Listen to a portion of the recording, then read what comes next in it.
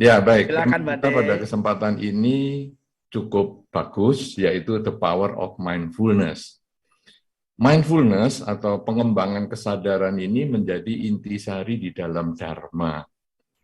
Karena kalau kita mengetahui bahwa Pangeran Siddhartha kemudian ketika berjalan keluar istana, melihat peristiwa-peristiwa yang membuat beliau lalu berpikir tentang kehidupan ini, yaitu melihat orang tua, orang sakit, dan juga orang mati, yaitu bahwa hidup ini selalu berubah.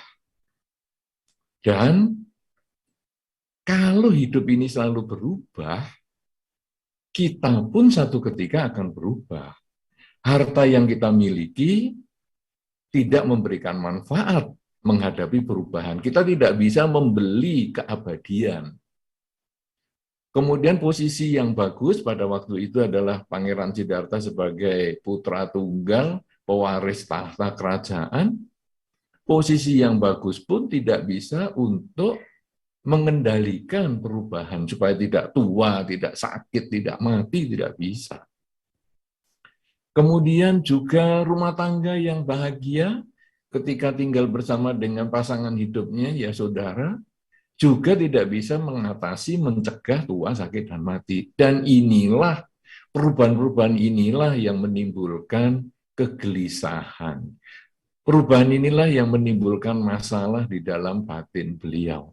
Sehingga beliau berpikir ataupun merenungkan, gimana ya caranya menyelesaikan kondisi kegelisahan, kondisi kecemasan, kondisi ketakutan, kondisi yang selalu tidak nyaman karena melihat perubahan itu terjadi. Jadi gelisah tuh, nanti kalau aku tua gimana ya? Kalau aku sakit, kalau aku mati gimana ya? Cemas semuanya menghadapi perubahan-perubahan ini tidak siap.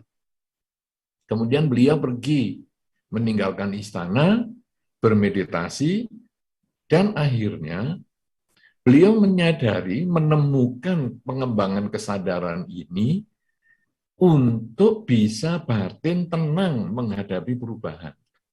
Jadi, yang kita selesaikan adalah batin kita. Karena perubahan itu adalah keniscayaan, perubahan itu adalah kewajaran, pasti terjadi pada apapun juga di dunia ini, tua, sakit, mati itu terjadi pada apapun juga. Tetapi yang kita bisa selesaikan sekarang adalah mental kita menghadapi perubahan. Kadang orang berpikir, wah, kan Sang Buddha berarti tetap tua, sakit, dan mati. Lalu apa gunanya? Kan katanya sudah menemukan obat tua, sakit, dan mati. Kok tetap tua, sakit, dan mati? Nah, Sang Buddha menemukan cara kita menyikapi tua, sakit, dan mati. Sehingga kalau sampai kita berhasil menyikapi dengan baik, tidak ada lagi kegelisahan, tidak ada lagi kekhawatiran terhadap perubahan, maka kita bisa pada saat nanti hidup ini, batin kita menjadi tenang seimbang. Kemudian ketika meninggal dunia pun tidak terlahir di alam manapun juga. Nah, kalau tidak terlahir di alam manapun juga, berarti tidak akan mengalami tua, sakit, dan mati. Tetapi ketika di kehidupan ini batinnya seimbang, maka menghadapi tua, sakit, dan mati, batinnya tetap tenang. Nah, inilah yang menjadi juga terjadi di dalam riwayat Sang Buddha. Beliau walaupun sudah mencapai kebudaan juga mengalami ketuaan, mengalami sakit, mengalami kematian, tetapi batin tetap seimbang. Demikian pula para murid beliau juga karena mengembangkan kesadaran, maka siap menghadapi perubahan. Nah, saudara-saudara, pada kesempatan pertemuan kita di sekarang, sebetulnya juga kita dipersiapkan untuk menghadapi perubahan. Mindfulness ini adalah kesadaran untuk menghadapi perubahan, sehingga kalau kita mampu menghadapi perubahan, powernya itu, kekuatannya itulah yang timbul dari kesadaran. Saudara-saudara, Kalau sekarang kita bercermin dari riwayat sang Pangeran Siddhartha sampai meninggalkan istana tadi, melihat perubahan. Di kehidupan sehari-hari, kita juga selalu melihat tua, sakit, dan mati. Tua, sakit, dan mati tidak selalu berhubungan dengan seseorang saja, tetapi juga semua hal yang ada di dunia ini. Satu contoh yang paling sederhana adalah pohon. Kita punya pohon di rumah, satu ketika pohon itu ditanam oleh ayah kita, dan kemudian ketika kita mulai berumur, berdewasa, dan lain sebagainya, pohon itu juga tumbuh. Kemudian ada satu masa pohon itu menjadi tua, menjadi sakit mungkin, sehingga akhirnya kita, oh ini sakitnya, kenapa ya pohonnya ini? Nah, apakah perlu pergi ke dokter atau pergi kemana, atau oh mungkin kita panggilkan ahli untuk tumbuh-tumbuhan, kemudian diperiksa, oh ini perlu obat ini, pupuknya dikasih ini, vitaminnya dikasih itu, dan akhirnya pohon itu menjadi sehat. Tetapi ada satu masa nanti pohon itu menjadi tua, layu, dan mati juga. Itu pohon. Kemudian kita punya binatang juga, mungkin kucing, mungkin anjing, ya, mungkin ya, kura-kura, mungkin ular, kita pelihara yang semacam itu, mungkin kita pelihara juga burung, ya, dan lain sebagainya. Pada saat kita memelihara, mungkin binatang itu masih kecil, tetapi binatang itu juga tumbuh. Binatang itu juga mengalami pertambahan usia, kemudian juga mengalami ketuaan, mengalami sakit, mengalami kematian. Pohon mengalami tua, sakit, mati, binatang juga mengalami tua, sakit, dan mati, dan orang-orang di sekitar kita pun demikian. Orang tua kita, kakek nenek kita, tetangga kita, teman kita, semua mengalami tua, sakit, dan mati. Dan akhirnya kita sendiri juga mengalami tua, sakit, dan mati. Ketika menyadari kita sendiri mengalami tua, sakit, dan mati, itulah yang menggoncangkan perasaan Pangeran Siddhartha. Nah, sekarang, goncangan ini dari mana timbulnya? Muncul karena kita, aduh, aku ngeri ya, kalau nanti aku tua bagaimana ya? Nanti kalau aku sakit, keluargaku ini bagaimana ya? Kalau nanti aku mati, kedudukanku ini diambil siapa ya? Warisanku diambil siapa ya? Nah, ini yang bergolak di dalam diri kita. Itu yang menimbulkan kegelisahan. Itu yang menimbulkan stres di dalam banyak segi. Nah, tentu contohnya yang saya berikan hanya sedikit, tapi nanti di dalam tanya jawab yang lebih mendalam, kita akan bisa membahas juga yang lebih dalam lagi. Tetapi sekarang mengalami tua, sakit, dan mati itu membuat kita gelisah. Nah, sekarang bagaimana supaya kita menjadi tenang? Tua, sakit, dan mati itu sudah milik alam. Karena pohon, binatang, dan orang-orang di sekitar kita pun sudah mengalami. Kita pun pasti mengalami. Milik alam. Tidak bisa tidak. Tapi menyikapinya, menghadapi tua, sakit, dan mati, ini diajarkan di dalam Dharma yang disampaikan oleh Sang Buddha. Bahwa setiap makhluk, terutama kalau kita berbicara tentang manusia, setiap orang mempunyai 3 dimensi waktu. Ada masa lalu, ada masa sekarang, dan ada masa depan. Masa lalu itu bisa 1 menit yang lalu, bisa setengah jam yang lalu, bisa 1 jam yang lalu, setahun yang lalu, 10 tahun yang lalu, 100 tahun yang lalu, bisa. Jadi masa lalu itu dari yang paling singkat hanya berapa detik, sampai yang paling lama tak terhingga. Masa depan, ini juga bisa 1 detik yang akan datang, bisa 1 jam yang akan datang, seminggu yang akan datang, sebulan, setahun, 100 tahun yang akan datang, juga bisa. Jadi, kalau kita berbicara masa lalu, bukan berarti mesti 1 jam yang lalu, tapi detik yang lalu.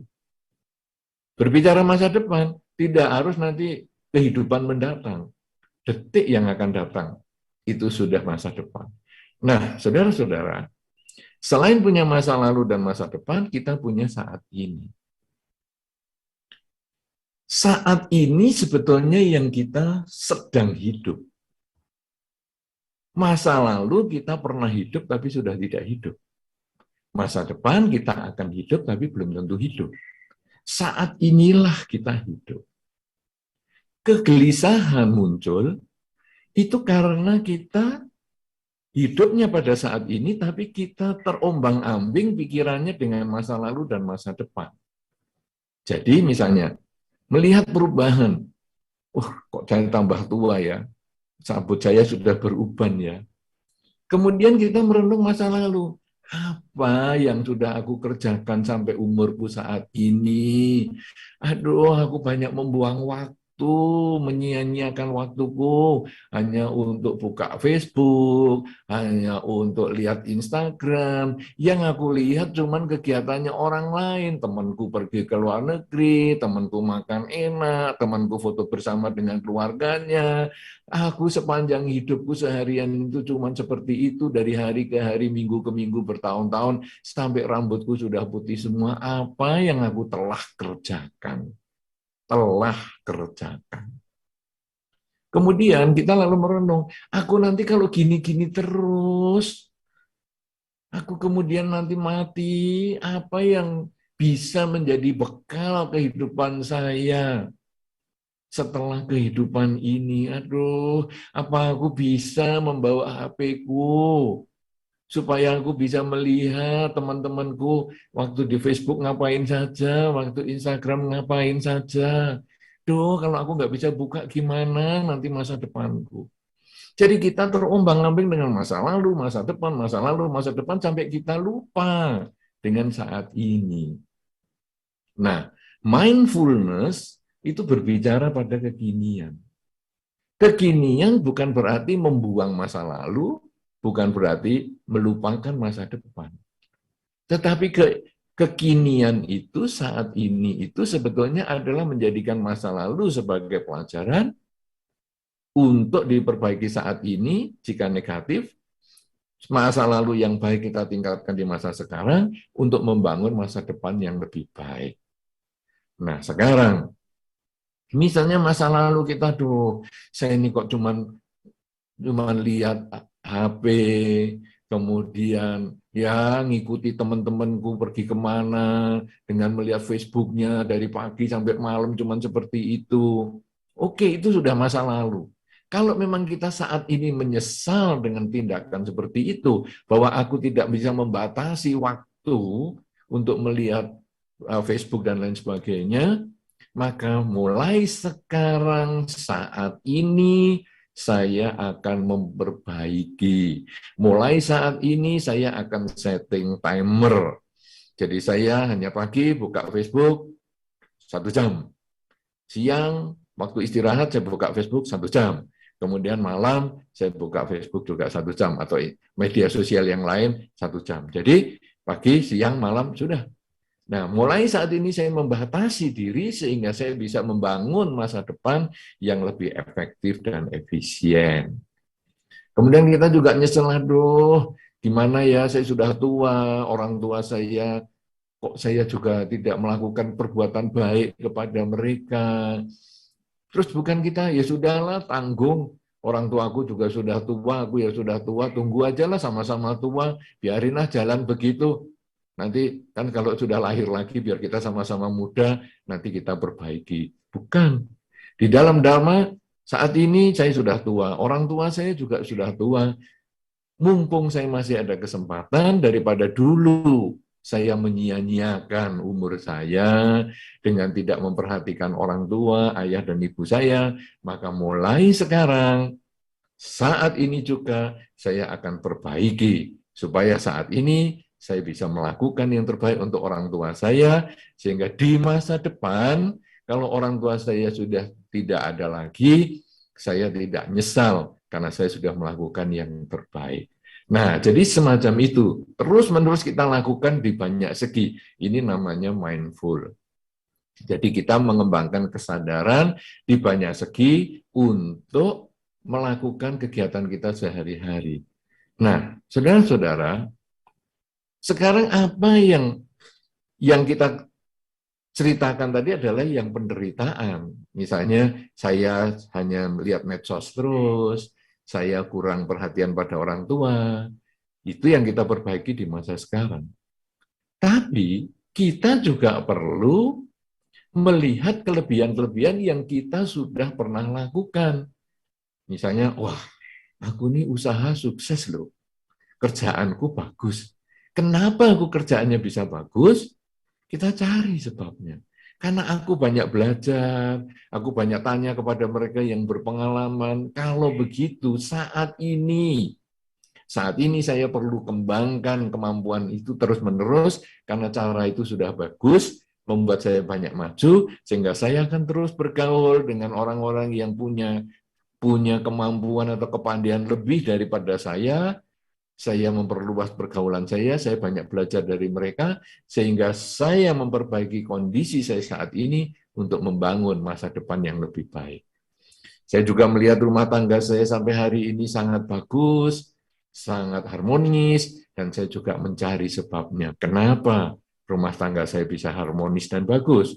Oh, ternyata komunikasi antar pasangan, komunikasi orang tua dengan anak sangat lancar. Kita jarang menggunakan HP, tapi kita banyak bertatap muka, kemudian berkomunikasi dengan keluarga dan lain sebagainya, menyediakan waktu berkomunikasi dengan keluarga, maka saya akan melanjutkan kebiasaan yang baik itu di masa sekarang, agar di masa depan menjadi lebih baik lagi rumah tangga yang saya sedang jalani ini.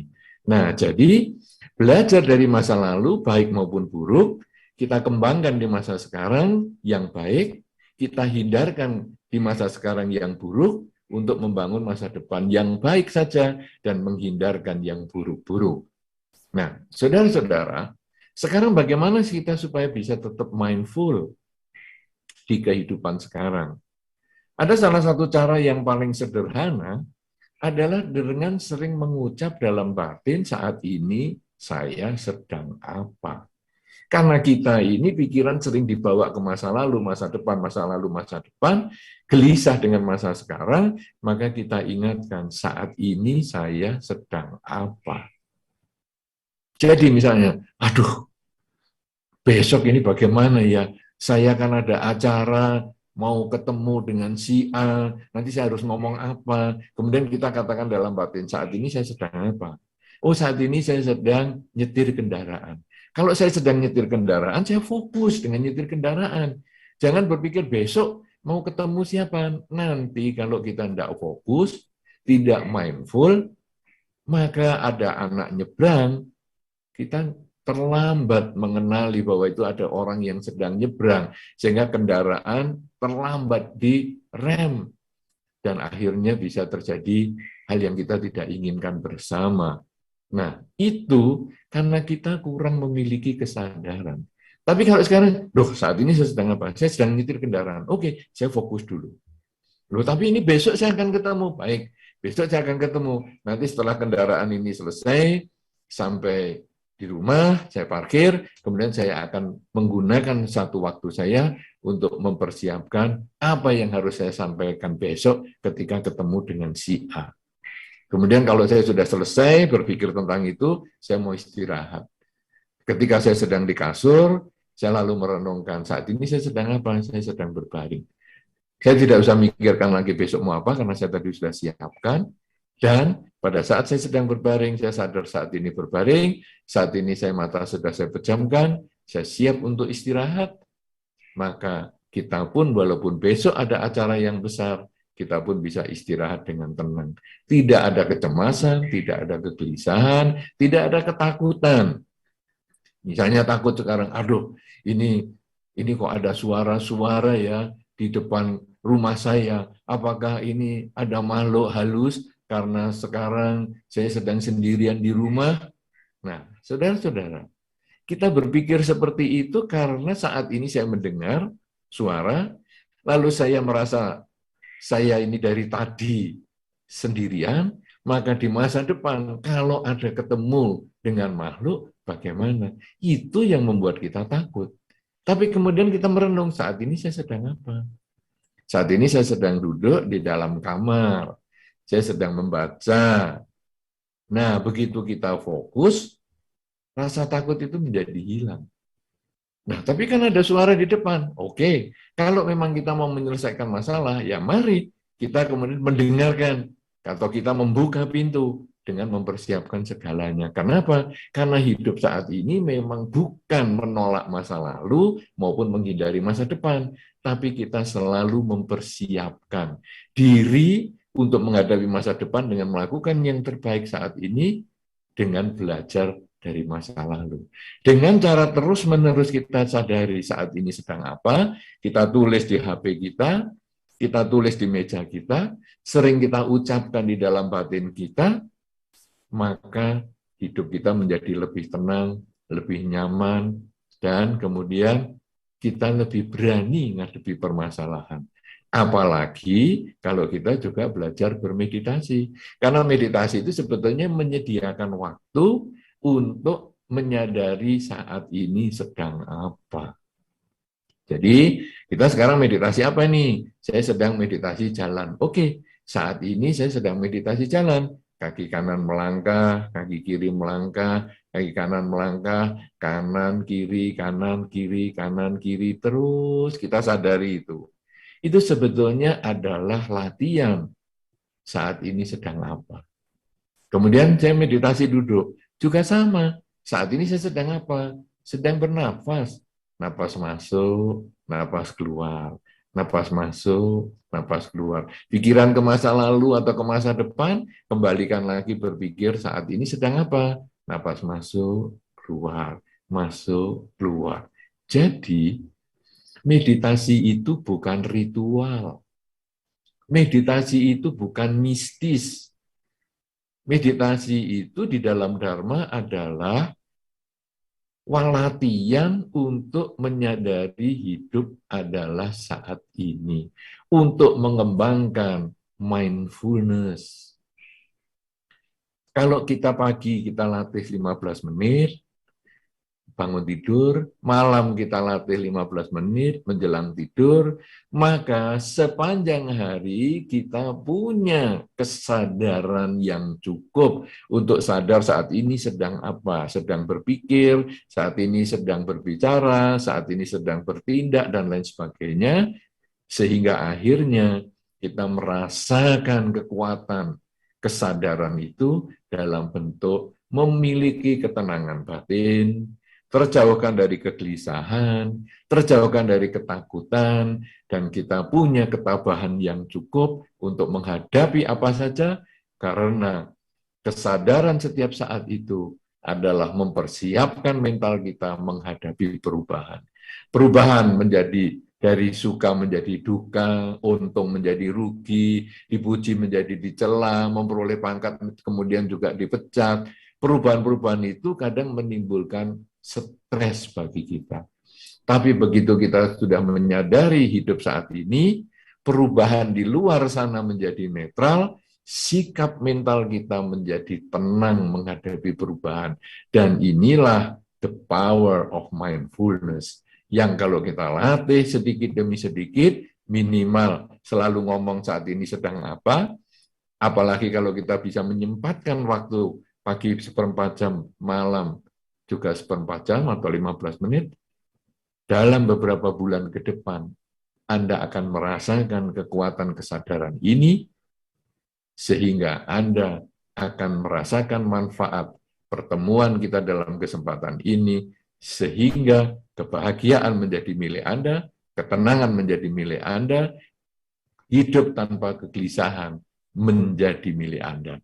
Nah, inilah sebagai pengantar, singkat saja, nanti di dalam diskusi kita tanya jawab yang dipandu oleh moderator kita yang luar biasa, yaitu Pak Ponijan, tentu kita akan banyak hal yang kita bisa gali lebih dalam, sehingga kita punya tuntunan yang jelas untuk mengembangkan kesadaran setiap saat, untuk membangun hidup kita lebih baik, untuk mewujudkan the power of mindfulness. Terima kasih, saya kembalikan kepada Pak Ponijan. Silakan. Oke, baik, silakan Madam Marita, pertanyaan ke Bante Utama Mahatera. orang rajin, tekun berlatih meditasi, kemudian jaga sila, mendengar dhamma, dan kemudian decided if the time is coming, dia maunya nggak bawa ke rumah sakit, tetap bermeditasi sampai expiration date.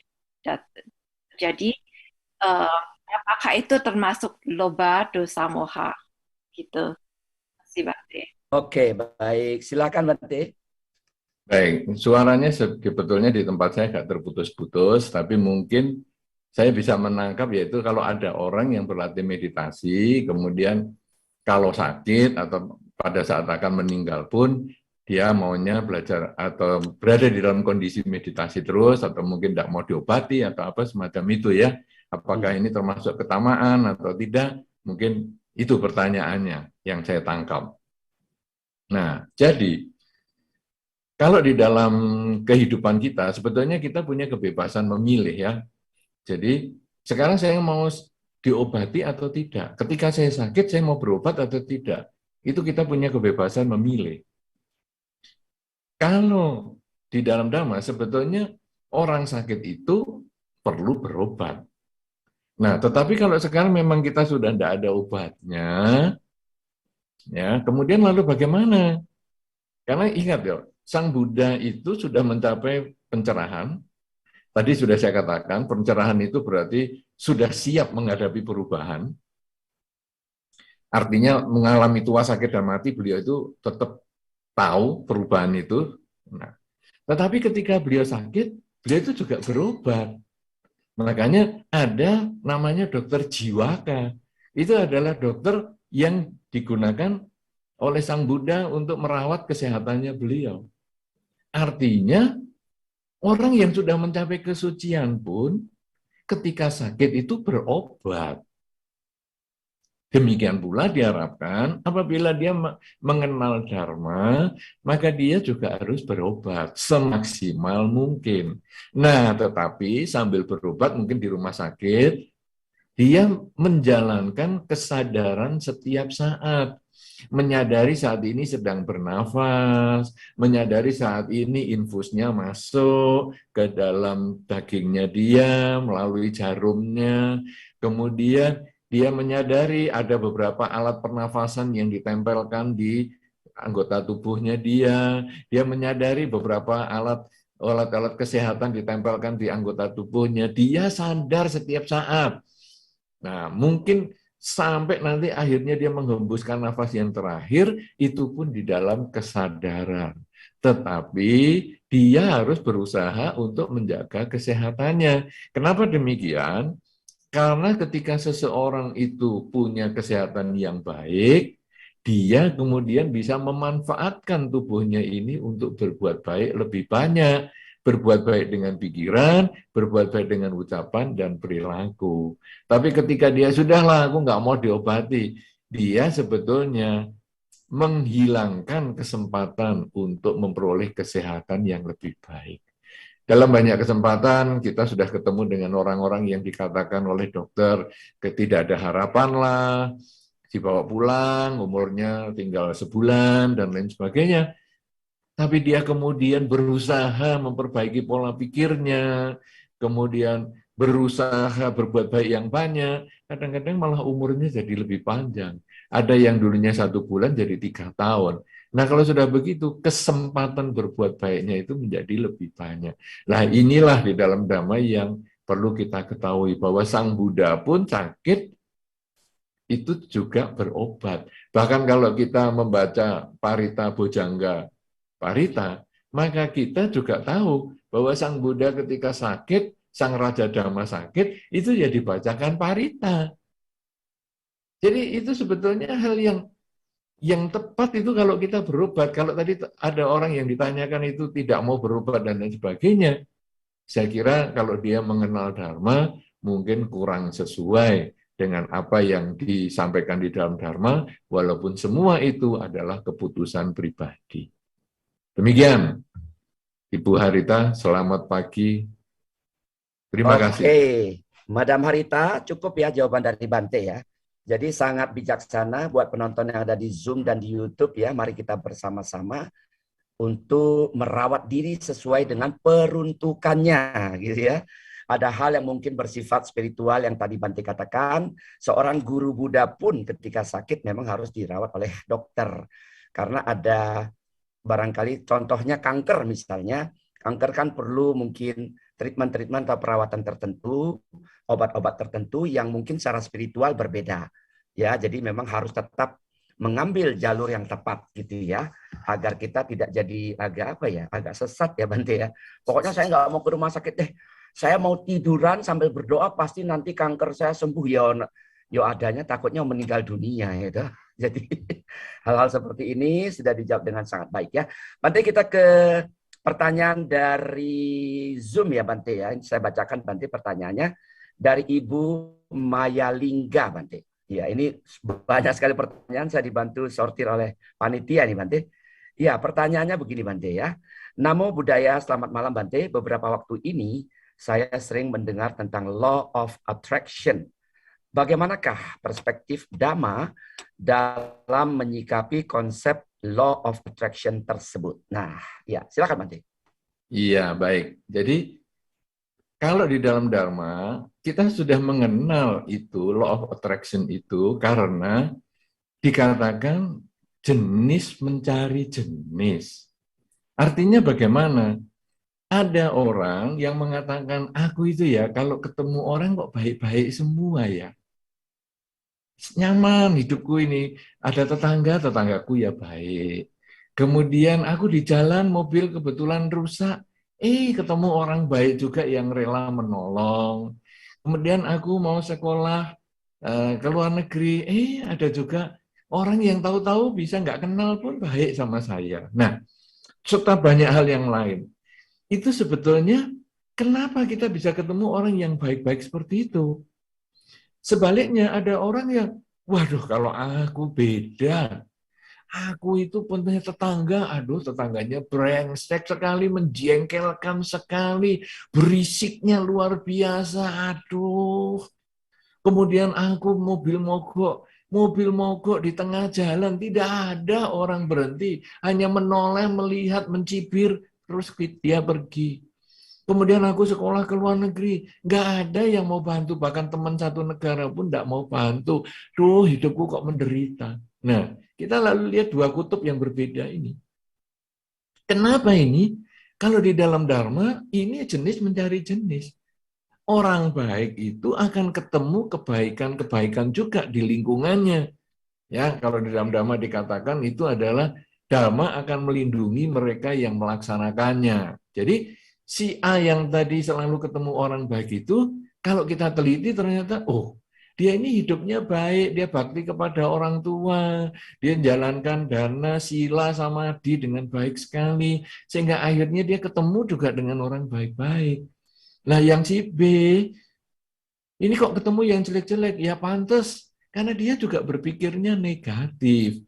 Dia suka ngosipin orang, dia suka omongannya kasar, dia juga kelakuannya juga buruk. Nah, jadi ketemunya juga yang buruk-buruk sebagai buah karma buruknya dia. Artinya apa kalau sekarang the law of attraction ini? Bahwa kalau Anda ingin hidup Anda bahagia, maka mulailah Anda mengembangkan banyak kebajikan lewat pikiran, lewat ucapan, dan lewat perilaku.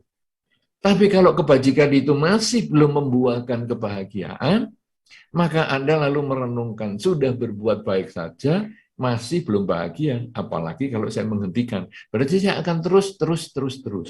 Ingat saudara-saudara, di dalam buku Law of Attraction, di dalam semua penjelasan Law of Attraction, hanya bercerita tarik-menarik. Kalau Anda ingin punya barang tertentu, pikiri barang itu terus sampai nanti terwujud.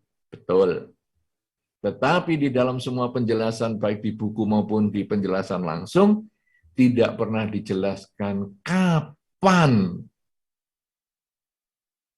keinginan Anda itu tercapai.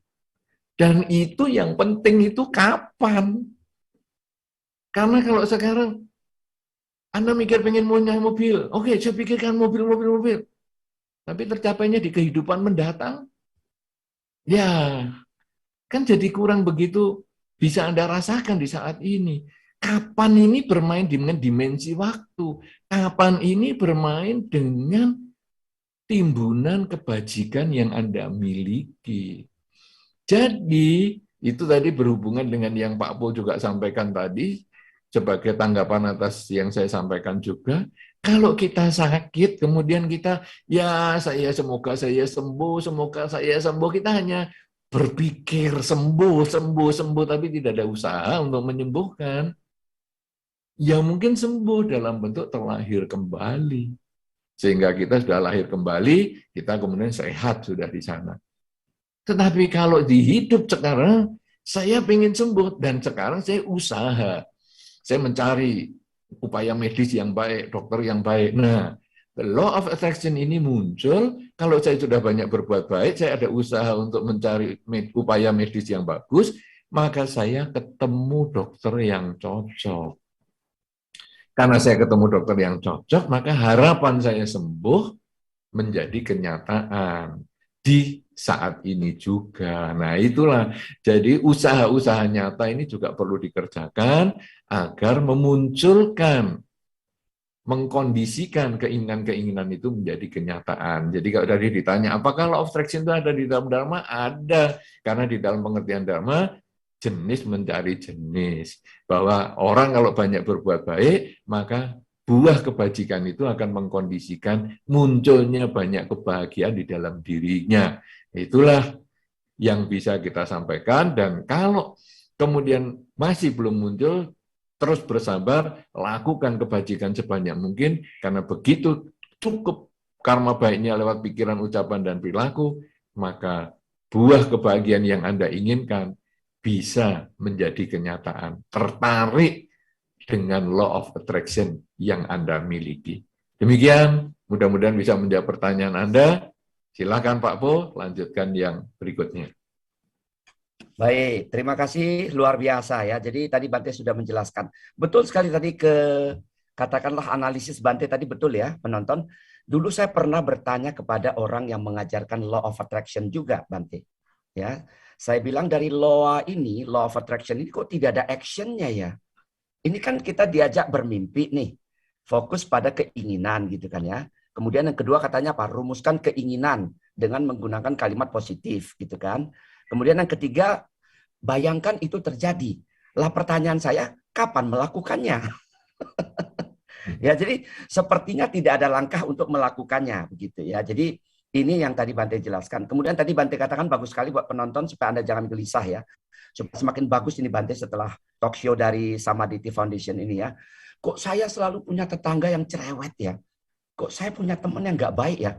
Jangan-jangan Anda sendiri mengondisikan diri Anda seperti itu.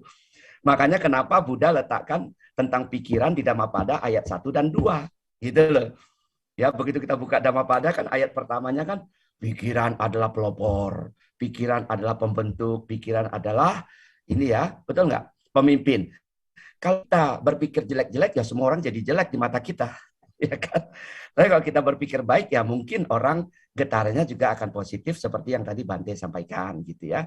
Mudah-mudahan kalau Anda selama ini punya tetangga yang buruk, coba deh bermeditasi di mana? Di Wulingi ya.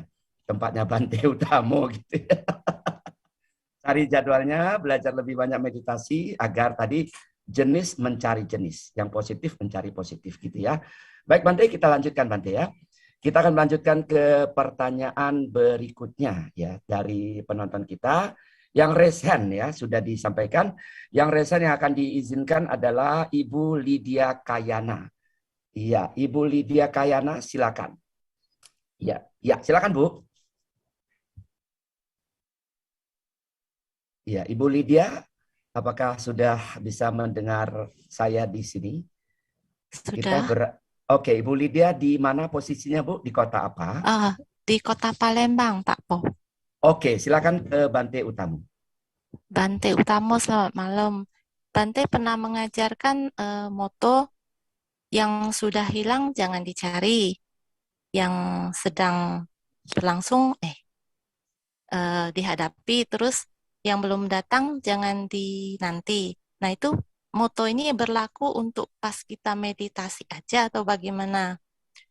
Terus pertanyaan kedua, karena meditasi itu bukan ritual, boleh nggak Bante kita meditasi itu sambil maskeran atau pasang gulungan rambut gitu.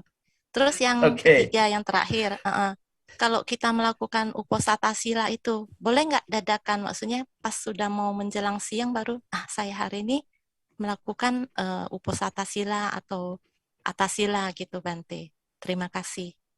Oke, Bante. Gimana, Bante? Silakan. Baik, pertanyaan Ibu Lydia yang menarik dan mewakili 3 orang ini sudah. Karena 3 pertanyaan ini nanti Pak Po mesti sampaikan ini kira-kira 1 orang boleh A, B, Oh C, D, iya, betul. atau Tadi saya berapa ini. lupa Biasanya Pak sampaikan Po nggak pernah tadi. lupa Ya. ini. Nah, Iya. ya baik, sekarang Ibu Lydia menyampaikan bahwa memang saya nyampaikan di Body Healing menjadi satu moto kita dalam meditasi adalah yang hilang jangan dicari, ya, yang belum datang jangan dinanti, yang datang hadapi.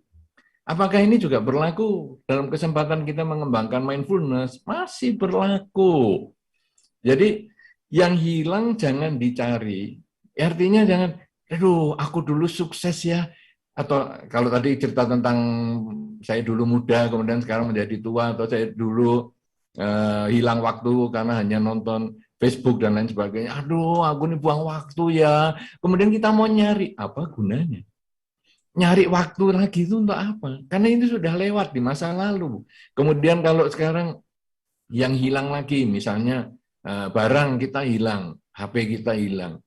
Kemudian, bagaimana ya? Apa kita kemudian gelisah terus? Sudah, kalau sudah hilang, kita sudah berusaha di rumah kita yang tidak ada, kita cari sudah tidak ada, ya saya sudah tidak usah gelisah, saya menjadikan ini sebagai pelajaran. Bahwa saya meletakkan HP kurang hati-hati, maka di masa sekarang saya menjadikan HP itu sebagai pelajaran. Hilangnya HP itu saya hadapi sekarang sebagai kenyataan untuk saya perbaiki di masa depan biar tidak terulang lagi kesalahan yang sama. Karena di dalam Dhamma juga sama juga dengan di tempat yang lain, bahwa kalau kita mengulang-ulang kesalahan yang sama, itu keledai saja tidak pernah masuk ke lubang yang sama untuk kedua kali. Tapi kalau di dalam Dhamma dikatakan bahwa orang yang tidak tumbuh kebijaksanaannya walaupun umurnya bertambah, itu hanya seperti sapi saja. Dagingnya bertambah, umurnya bertambah, tapi kebijaksanaannya tidak bertambah. Nah, nanti Pak Po akan menjelaskan Dhammapadanya dengan lebih baik. Ini kan tugasnya Pak Po kan itu salah satunya. Nah, jadi yang hilang jangan dicari, apapun juga sudah lewat. Hadapi sekarang bahwa memang Anda sudah kehilangan itu. Hadapi itu dan jadikan itu pelajaran agar di masa depan Anda bisa mengubah kenyataan itu. Nah, supaya menjadi lebih baik. Kenyataan yang tadi sebagai pelajaran untuk menjadi lebih baik. Yang belum datang jangan dinanti. Betul, karena kita hanya bisa memperjuangkan saat ini.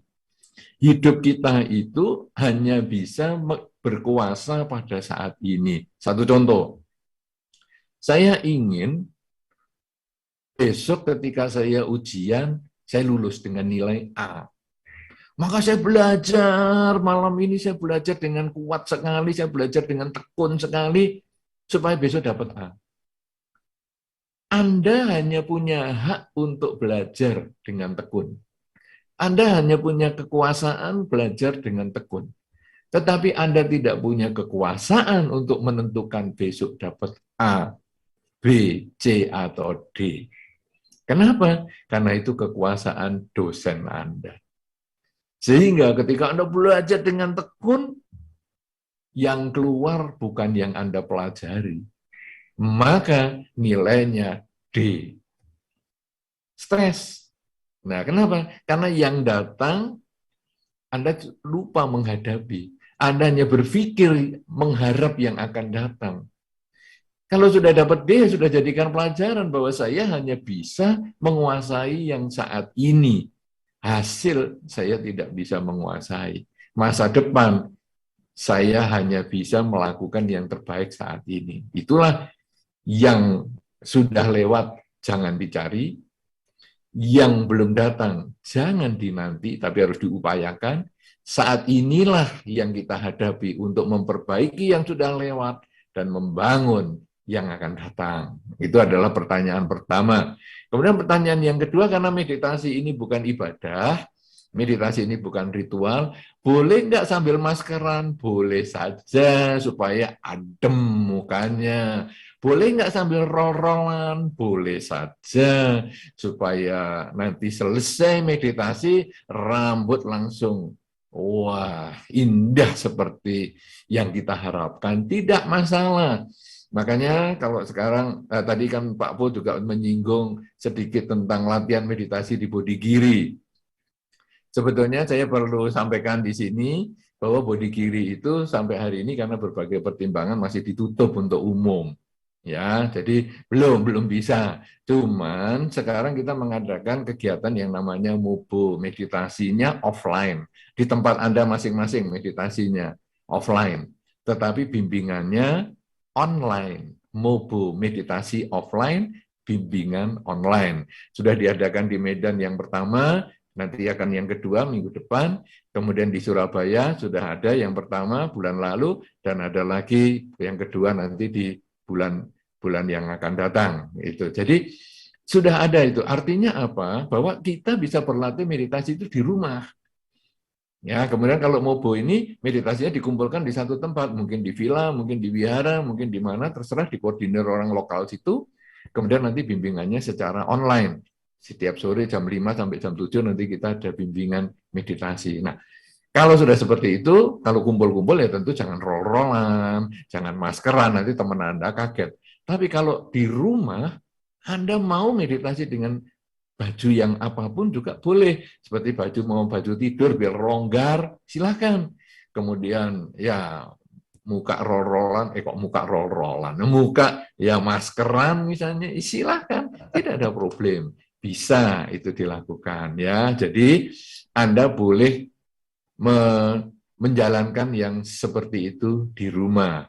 Kemudian pertanyaan yang ketiga tadi adalah tentang apa ya?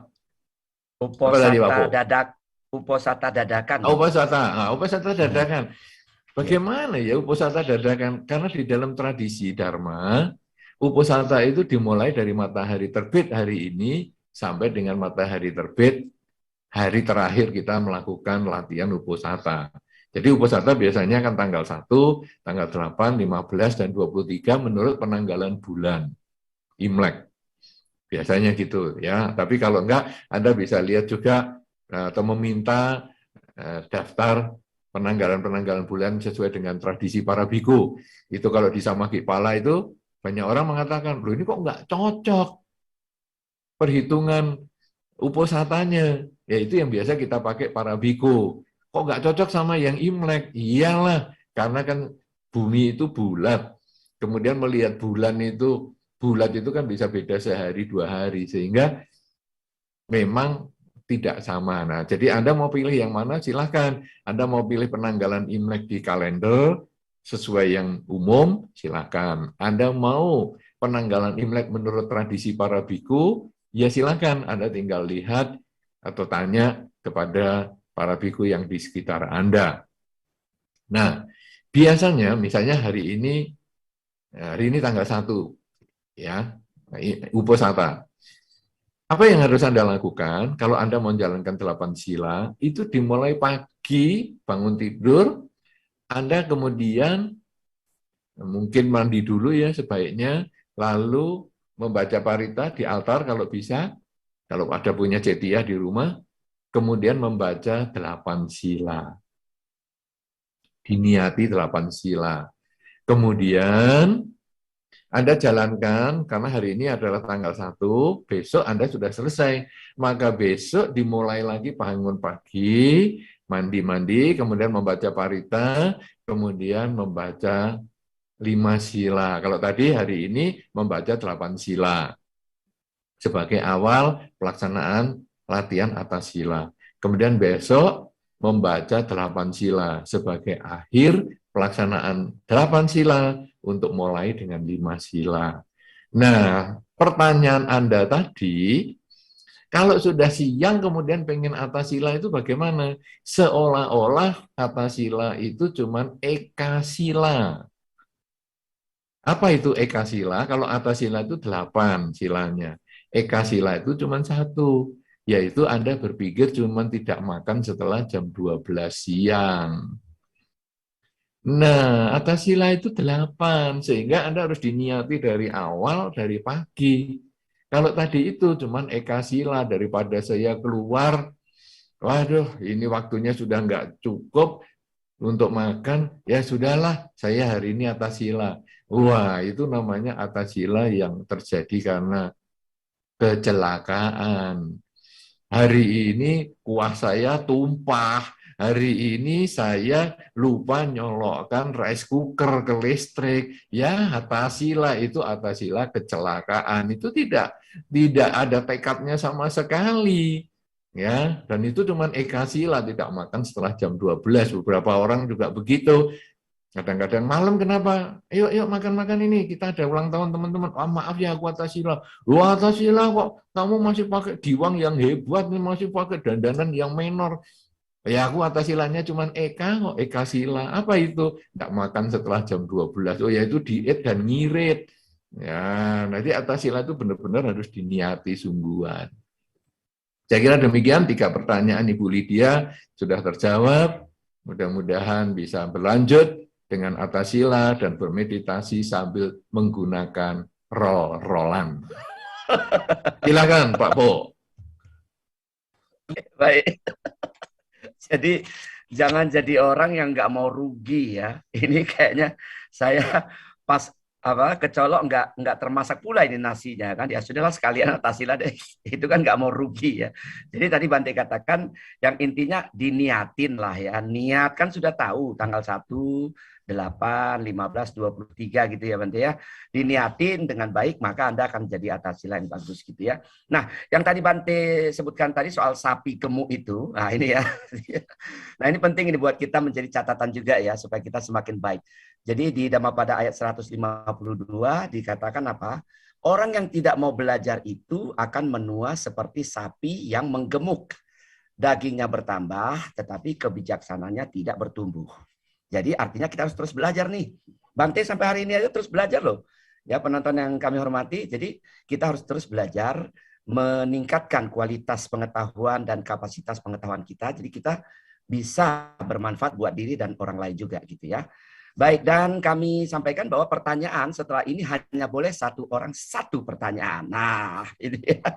Ya, 1 orang hanya boleh 1 pertanyaan ya. Baik, dari Ibu Wiwik Bante di YouTube. Beliau bertanya ada 2 pertanyaan. Sepertinya saya harus bacakan 1 saja ya, seperti yang tadi baru saya sampaikan ya, agar konsisten ya. Yang pertama adalah, ya 1 saja, apakah mindfulness ini gitu ya, bisa mengontrol perasaan dan mengontrol pikiran kita terhadap datangnya suatu masalah. Mengontrol perasaan dan mengontrol pikiran terhadap datangnya suatu masalah. Silakan Bante.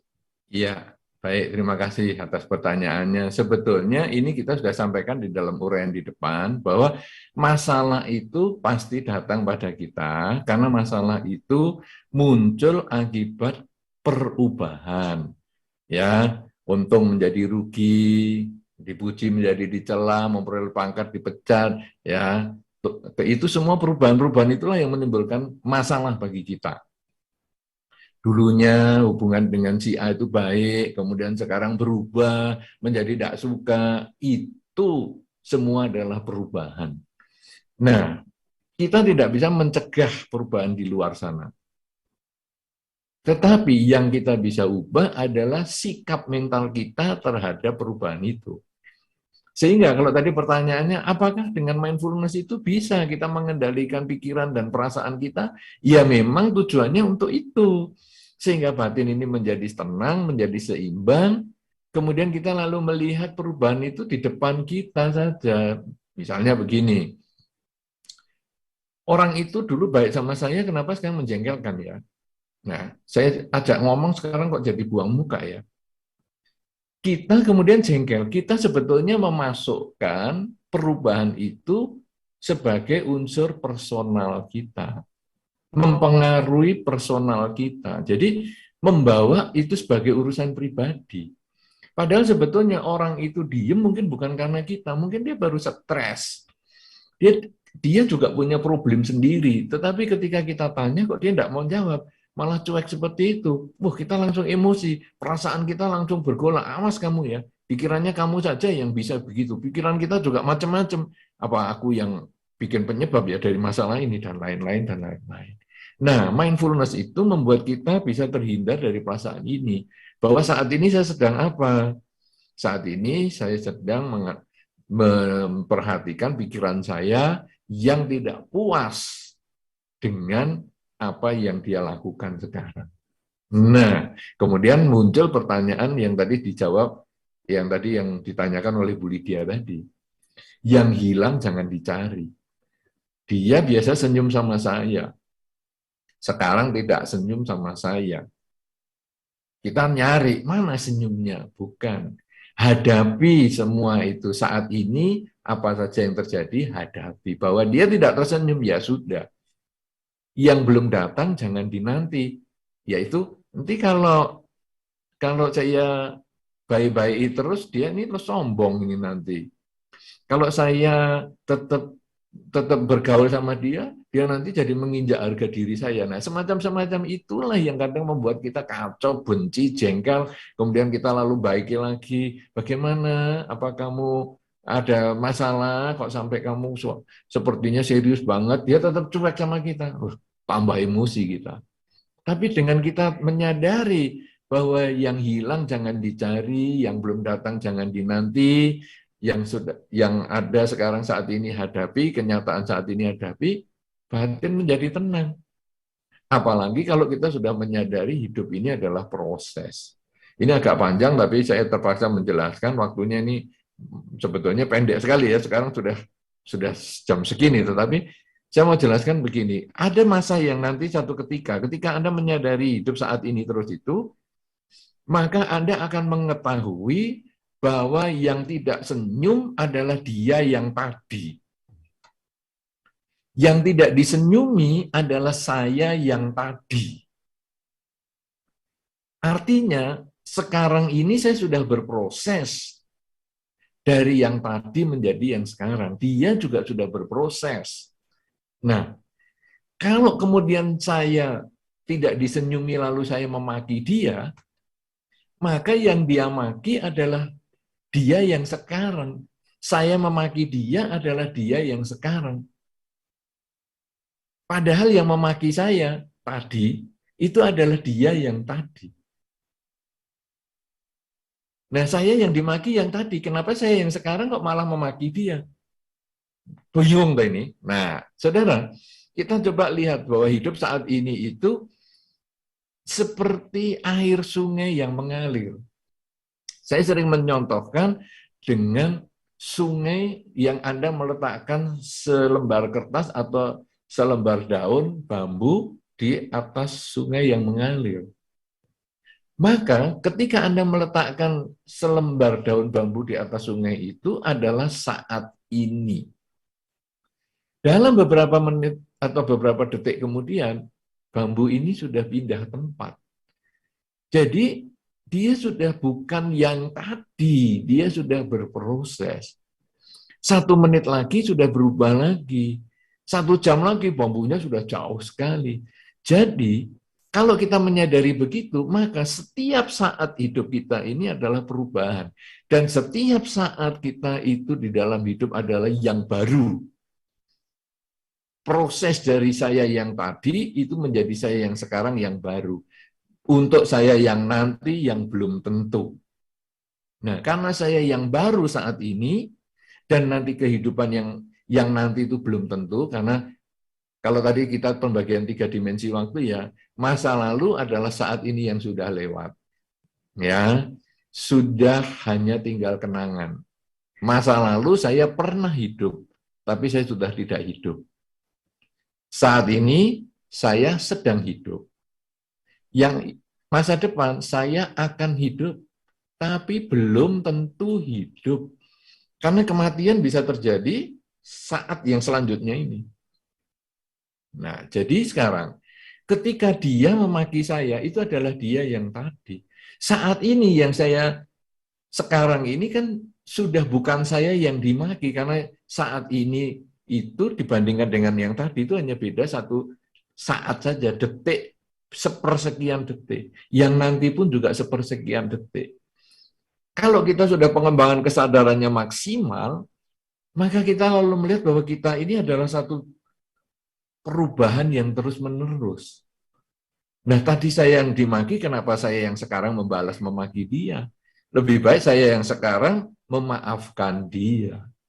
Itulah nanti di dalam Dhammapada, Pak Po akan mencari kebencian tidak akan berakhir dengan kebencian. Tapi kebencian akan berakhir dengan cinta kasih. Kenapa demikian? Karena kalau saya selalu berpikir yang tadi saya dimaki, maka saya yang sekarang harus memaki, kebencian tidak akan berakhir dengan kebencian.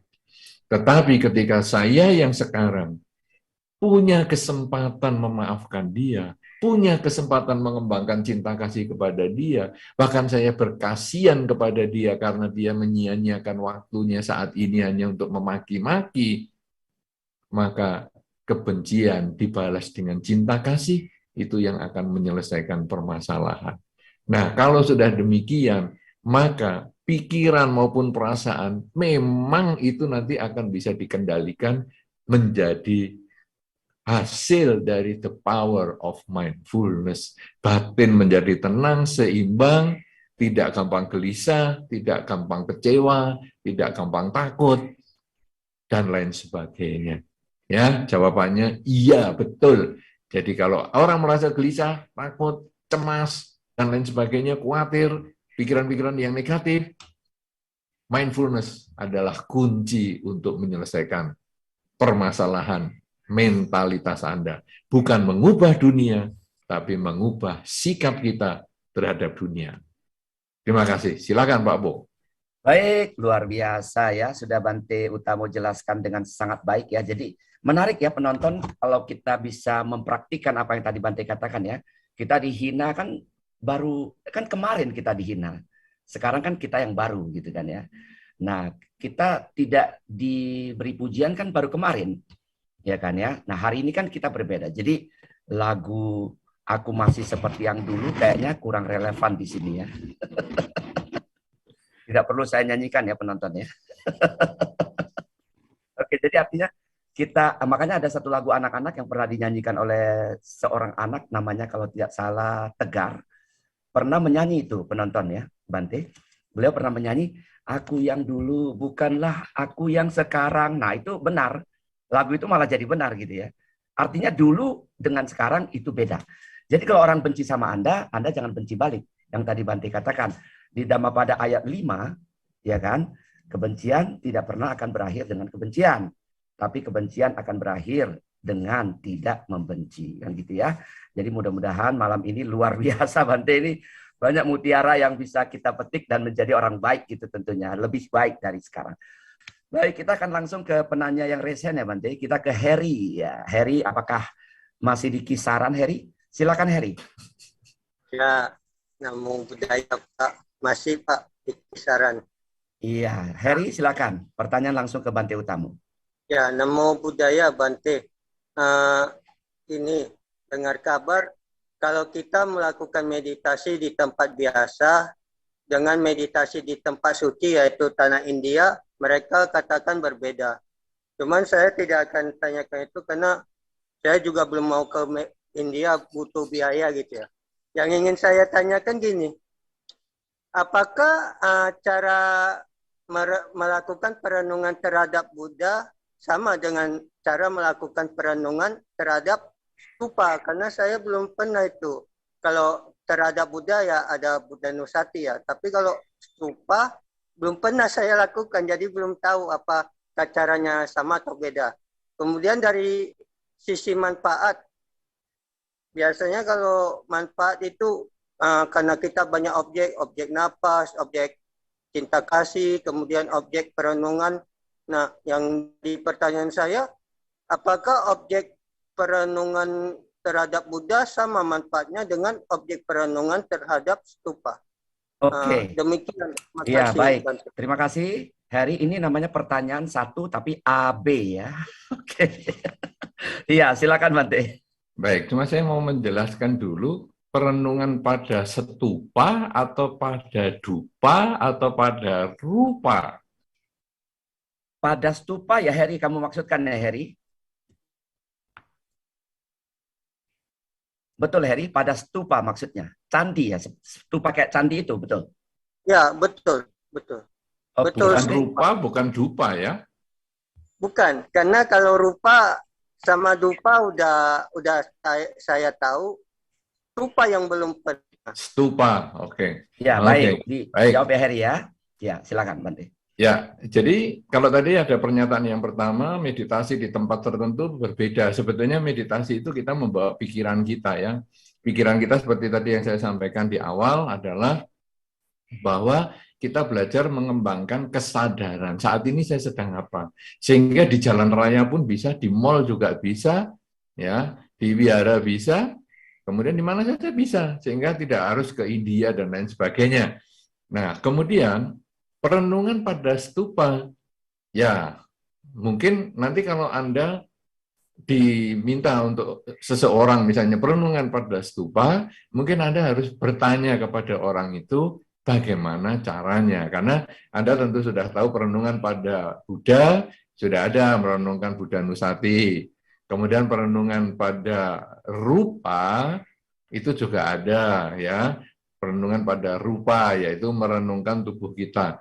Nah, sekarang perenungan pada stupa, yang paling tepat sebetulnya Anda bertanya kepada yang menginformasikan hal itu. Tetapi kalau mungkin, karena perenungan ini macam-macam ya, bisa Anda hanya melihat bentuknya, itu nanti menjadi kasina. Jadi stupa itu Anda lihat keseluruhannya, kemudian nanti Anda lihat dan Anda ingat di dalam batin Anda, itu menjadi kasina. Tapi kalau sekarang stupa itu direnungkan tentang keluhuran Sang Buddha dan lain sebagainya, ya menjadi Buddha Nusati. Stupa itu hanya alat saja, kemudian perenungan kita tetap pada Buddha Nusati. Karena di dalam Dharma, pada saat Sang Buddha akan wafat, ditanya oleh muridnya, bagaimana cara menghormat seorang Buddha yang wafat? Sang Buddha menyampaikan, buatlah stupa. Nah, sehingga perenungan pada stupa akan diarahkan untuk merenungkan kepada Buddha. Apalagi stupa itu ada reliknya Sang Buddha dan sebagainya, tentu itu perenungannya pada Buddha, yaitu Buddha Nusati. Apakah hasilnya sama? Ya sama, karena semua itu sebetulnya adalah upaya kita untuk mengembangkan kesadaran setiap saat. Saya kira demikian, dan saya lihat Saudara Heri sudah sangat maju sekali dari kisaran, dari pertanyaan yang dulu awal-awal, ketika kita mulai ada Zoom meeting, sampai sekarang pertanyaannya sudah jauh lebih hebat, orangnya juga lebih percaya diri daripada yang awal-awal. Saya kira Anda sudah banyak kemajuan. Terima kasih, bagus sekali. Saya kembalikan kepada Pak Ponijan. Luar biasa Bante memorinya ya, masih ingat saja dengan saudara muda kita di kisaran ini ya. Memang sudah maju sekali Heri. Kemarin saya melewati daerah Anda, Heri. Saya sekarang sedang berada di Medan ini, Bante. Baru selesai program, besok baru kembali ke Jakarta.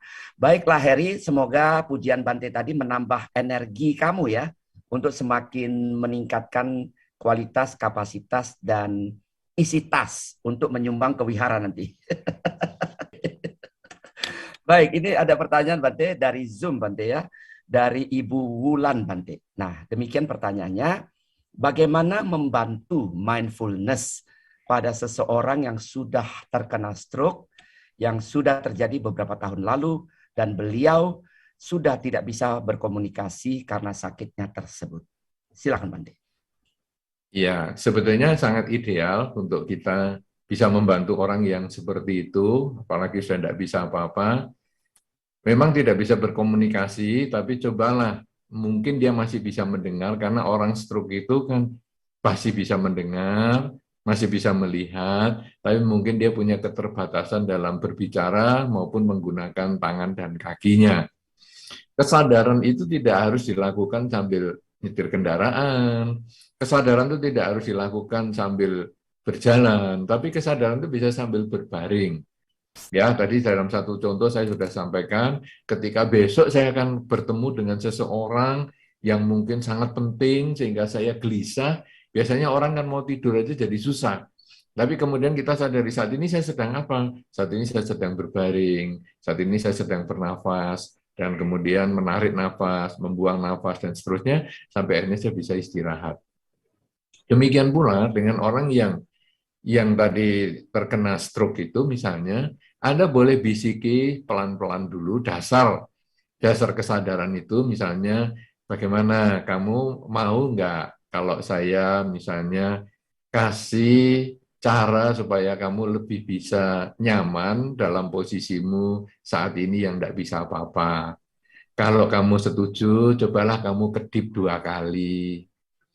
Kalau kamu nggak setuju, ya nggak usah kedip, nggak apa-apa. Nah, mungkin kalau dia nggak kedip, ya sudah, dia belum mau. Nanti lain kali kita ngomong lagi pelan-pelan. Nah, sampai akhirnya dia mau kedip 2 kali, baru kita kasih. Begini ya, salah satu cara kamu ketika mengalami stroke ini, cobalah menyadari saat ini saya sedang apa. Saya sedang berbaring, saat ini saya sedang bernafas. Kamu tidak usah kemudian merasa jengkel dengan ketidakmampuanmu dan keterbatasanmu. Ini kalau tadi kembali kepada apa yang hilang jangan dicari, apa yang belum datang jangan dinanti, yang datang kita hadapi. Itu balik ke situ, kita masukkan datanya dulu. Jadi sudah, kamu jangan nyesel bahwa kondisimu seperti saat ini. Karena semakin kamu nyesel, kamu jengkel, kamu marah, malah semakin tidak karu-karuan, batinmu menjadi stres dan lain sebagainya. Nah, kamu terima dulu ini sebagai kenyataan. Salah satu cara menerima adalah, cobalah kamu sekarang memperhatikan posisimu saat ini sedang berbaring, kemudian perhatikan napas masuk dan keluar. Kalau kamu mengerti sampai di sini, coba kedip 2 kali. Kalau kamu baru kedip sekali, berarti saya ulang lagi. Nah, dengan cara seperti itu, maka pelan-pelan kita bisa mengenalkan kesadaran saat ini. Walaupun mungkin dia tidak sembuh dari stroke-nya, tetapi minimal dia bisa lebih tenang. Karena pertanyaan yang sebelumnya tadi kan juga ada, bagaimana mindfulness ini bisa mengendalikan pikiran dan perasaan. Maka orang yang stroke itu pun, ketika kita bantu dia untuk mengembangkan mindfulness, dia batinnya menjadi lebih tenang, pikirannya tidak gampang gelisah, emosinya tidak gampang bergolak, dan dia lebih bisa menerima ini sebagai kenyataan. Dan kalau dia bisa menerima itu sebagai kenyataan, mungkin ada kemungkinan problem yang dihadapi, ketidakmampuan bergerak atau berbicara itu mungkin akan berkurang. Tetapi kalaupun tidak berkurang, dia lebih tenang menghadapi semua itu. Jadi selama dia masih bisa mendengar, Anda bisa masukkan datanya, melatih dia untuk belajar mengembangkan kesadaran saat ini saya sedang apa. Latihan meditasi duduk dan jalan itu hanya pengembangan pemilihan waktu, menyediakan waktu yang khusus untuk selalu sadar saat ini sedang apa. Tapi yang paling penting, walaupun dia berbaring, pikirannya tetap saat ini saya sedang apa. Mudah-mudahan itu bisa menjawab pertanyaan yang tadi disampaikan, dan kalau di lingkungan kita ada yang mengalami kondisi stroke yang sama atau kondisi keterbatasan yang sama, Anda bisa sudah mengerti sekarang caranya bagaimana mengkondisikan yang mengalami keterbatasan itu untuk mengembangkan kesadaran. Apalagi kalau di akhir kehidupannya, mudah-mudahan akhir kehidupan yang baik ini akan mengantarkan dia terlahir juga di alam yang lebih baik lagi. Sesuai dengan law of attraction, pikiran baik akan mengantar kita menuju ke alam kelahiran yang baik juga. Demikian, saya kembalikan ke Pak Ponijan. Terima kasih. Baik, terima kasih Bante. Jadi Ibu Wulan dan penonton yang ada di Zoom maupun di YouTube ya, tadi Bante sudah menyampaikan orang-orang dalam kondisi stroke barangkali secara fisik tidak bisa berfungsi maksimal, tetapi kesadarannya kan masih ada ya, mungkin masih bisa mendengar. Anda bisikin hal-hal baik, mungkin putarkan parita ya Bante ya, mungkin sampaikan tadi yang Bante sarankan ya. Kalau setuju kami putarkan parita, kedip 2 kali, jika tidak mungkin dari bisa menggerakkan, kalau masih jari tangannya 1-2 masih bisa bergerak misalnya ya, itu juga bisa jadi penanda. Jadi artinya kita lakukan upaya. Sama dengan begini ya penonton, kalau saya contohkan secara gampang Bante gitu ya. Kalau kita mendengarkan lagu kenangan kita yang dulu ketika kita kecil kan pasti kita bahagia.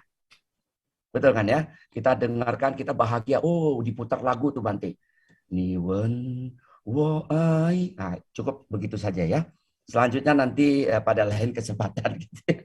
Pasti ada yang kembali ya ke masa lalu. Oh iya, ini dulu saya sedang di bawah pohon mangga nih di kampung nih, di kebun sayur di Kampung Pon Bante, kampung halaman saya misalnya gitu kan. Nah, jadi akan kembali hal-hal positif yang tadi Bante sampaikan gitu ya. Oke, baik Bante, kita langsung ke penanya berikutnya yang raise hand. Nanti harus membuka kamera ya, itu kewajiban yang harus Anda penuhi, yaitu Saudara Hoksin ya. Baik, Saudara Hoksin, selamat malam, Namo Buddhaya.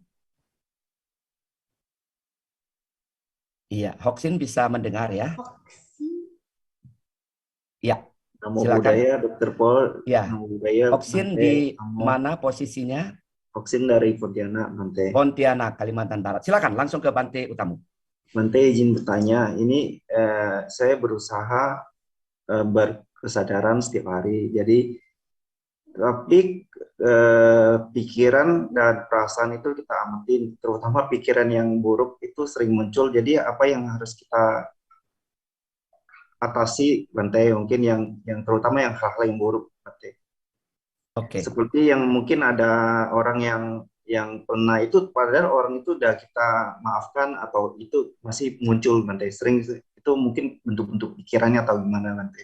Mungkin untuk hadapi. Terima kasih Bante. Namo Buddhaya. Namo Buddhaya. Terima kasih Hoksin. Ya. Pertanyaan yang bagus mewakili banyak orang ya Bante ya. Saya sudah lupakan, sudah maafkan, tapi kenapa kembali bolak-balik itu ya? Silakan Bante. Baik, ini pertanyaan yang bagus, apalagi dari tempat yang jauh nih, dari Pontianak. Ini manfaatnya Zoom meeting ya. Bisa dari Amerika, bisa dari Kisaran, bisa dari Pontianak, dan masih banyak tempat yang lain yang kita tidak sebutkan. Nah, kalau tadi dikatakan bahwa latihan mengembangkan kesadaran, kok pikirannya masih macam-macam. Nah, tidak masalah. Ada beberapa orang mengatakan, saya ini setelah meditasi kok jadi pikiran saya jadi ruwet ya. Oh, pikiran kita sudah biasa ruwet. Cuman waktu meditasi itu kita jadi lebih sadar keruwetannya. Nah, tadi Saudara Hoksin ini juga jadi mengerti, aku kok kan punya pikiran negatif ya. Nah, jadi kadang-kadang, wah percuma aku meditasi ini kalau begitu, ini pikiran negatif malah muncul. Tidak, itu alamiah. Selama manusia masih punya ketamaan, masih punya kebencian, masih punya kegelapan batin, maka pikiran negatif itu pasti masih ada. Nah, tugas kita adalah menyadari kemunculan pikiran negatif itu. Pikiran negatif, langsung kita ganti. Misalnya, saat ini saya sedang apa? Atau kalau kita mau ganti lagi dengan kalimat, semoga semua makhluk berbahagia. Juga bisa. Jadi, kita langsung ganti dulu. Pertamanya kita ganti karena kesadaran untuk bisa memahami bahwa ini pikiran negatif itu muncul dan tenggelam, ini butuh waktu. Tetapi dalam waktu yang singkat, kita hanya ganti dulu, pikiran negatif. Padahal kita sudah 1/4 jam tuh pikiran negatif itu muncul, mengganggu kita. Baru kita sadar, enggak apa-apa. Lebih baik terlambat daripada tidak sama sekali. Jadi sudah terganggu sampai kita sudah emosi, sadari. Saat ini saya sedang apa? Saat ini sedang apa? Terus dia tenang.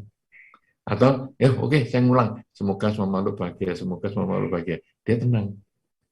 Nah, nanti muncul lagi yang negatif lagi. Kita caranya juga sama lagi. Itu kejar-kejaran terus. Sebetulnya kita ini mengembangkan kesadaran, kalau kita dalam meditasi ya, kita objeknya apa nih? Misalnya pernafasan. Kemudian pikirannya nyimpang tentang masa lalu atau masa depan. Tarik lagi, masuk ke pernafasan. Pikiran nyimpang, tarik lagi, nyimpang lagi, tarik lagi. Sama dengan ketika tadi yang dialami, ini juga semua orang alami, seperti yang Pak Po sampaikan, pikiran kita mungkin negatif ada, positif ada. Nah, kalau yang negatif, langsung kita potong, kita ganti. Kalau positif, kadang-kadang malah kita laksanakan. Nanti di dalam Dhammapada yang Pak Po sebentar lagi akan bacakan, itu akan ada. Bahwa kalau kita punya pikiran positif, pikiran yang baik, maka segera kita kerjakan dan kita ulang-ulang.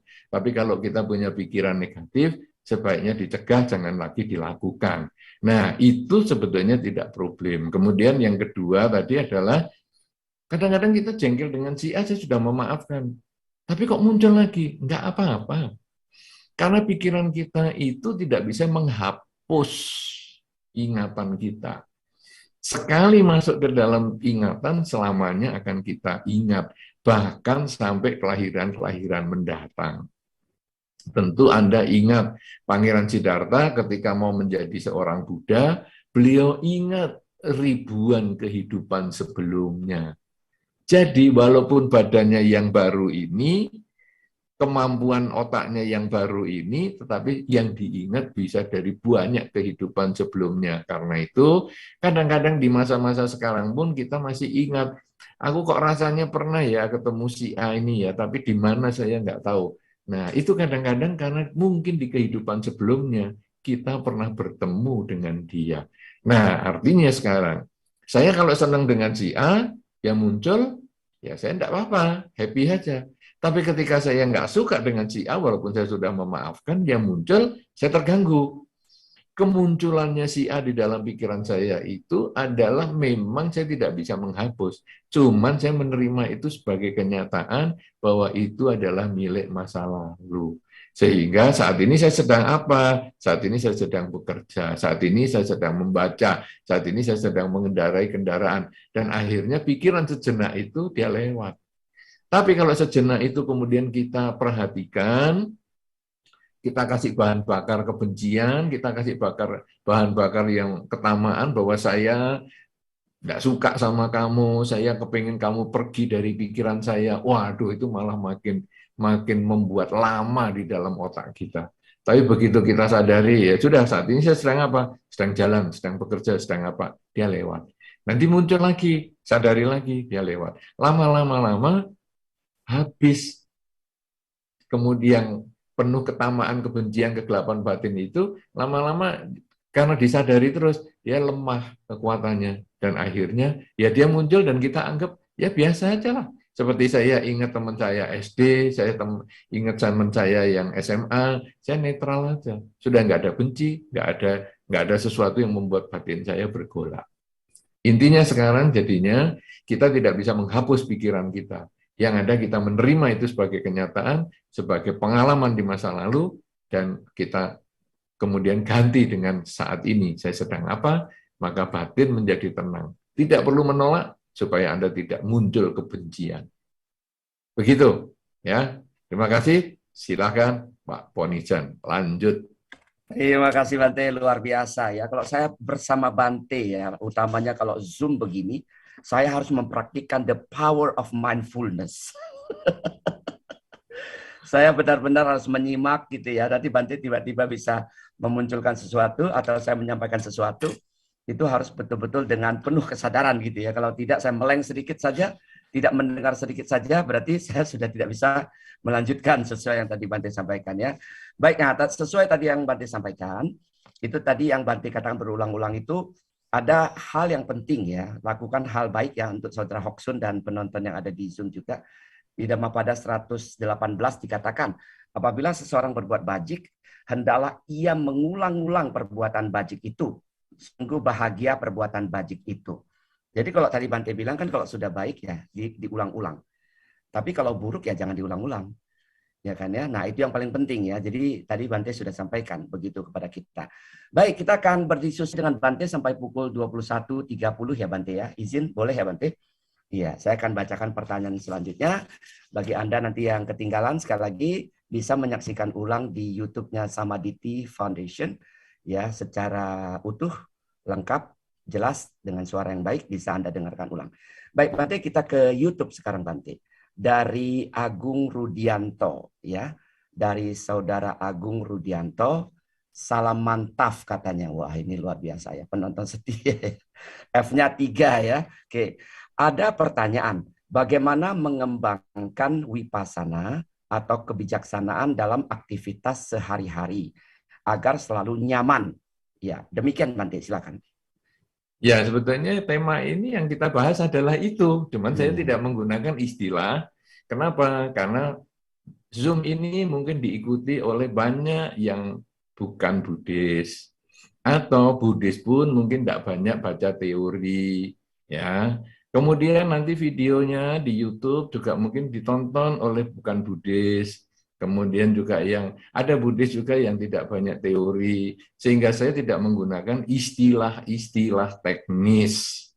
Nah, sehingga yang kita bahas ini ya jalurnya adalah ya vipassana itu. Bagaimana kita mengembangkan kesadaran setiap saat, sehingga batin menjadi tenang seimbang, dan pada saatnya kalau betul-betul tadi sudah saya bahas juga, kalau kita tahu hidup ini adalah saat ini, sampai akhirnya kita itu bisa melihat orang yang atau orang yang memaki kita itu melihat itu sebagai milik masa lalu, kemudian saat ini saya adalah punya kesempatan untuk berbuat baik kepada dia, bukan lagi mengingat keburukannya dia, dan lain sebagainya, sampai nanti akhirnya kita itu bisa di akhir kehidupannya kita sadar saat ini saya sudah akan meninggalkan dunia ini, saya sudah melakukan apa yang terbaik dan saya tidak lagi terikat dengan ketamaan, kebencian, kegelapan batin, karena yang adanya saat ini, maka tercapailah pencerahan.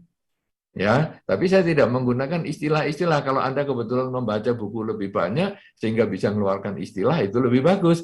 Cuman saya tidak pakai karena saya maunya untuk umum sehingga kita bisa didengar.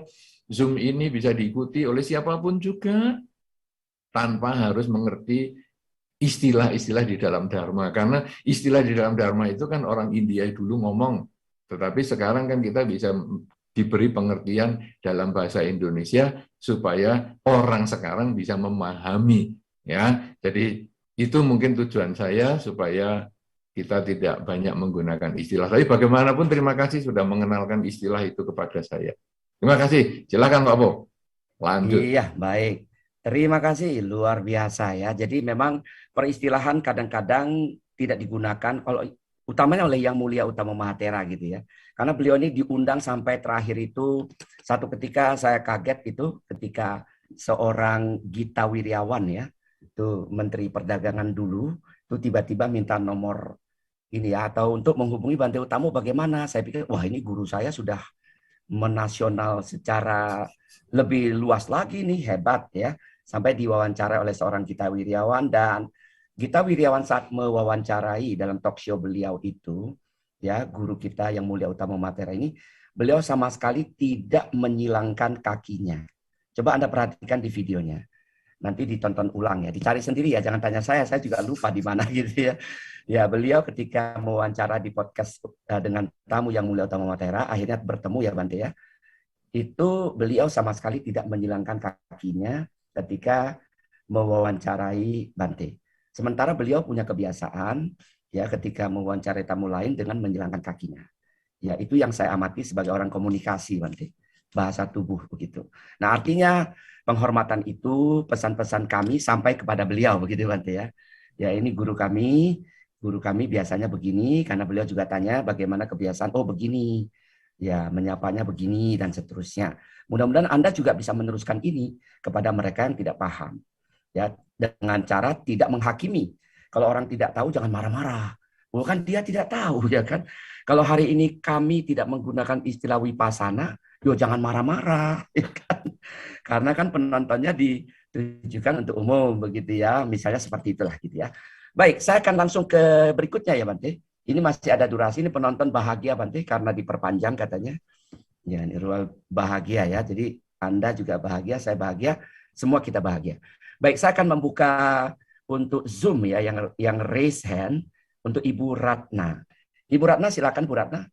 Mohon dibuka videonya ya Bu Ratna. Silakan, apakah sudah bisa mendengar saya? Ibu Ratna.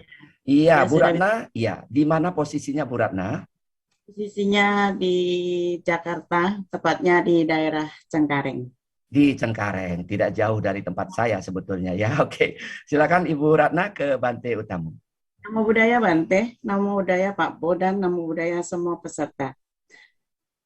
Yang ingin saya tanyakan, di Parita Suci itu ada khotbah Buddha yang mengatakan tidak bergaul dengan orang-orang dungu.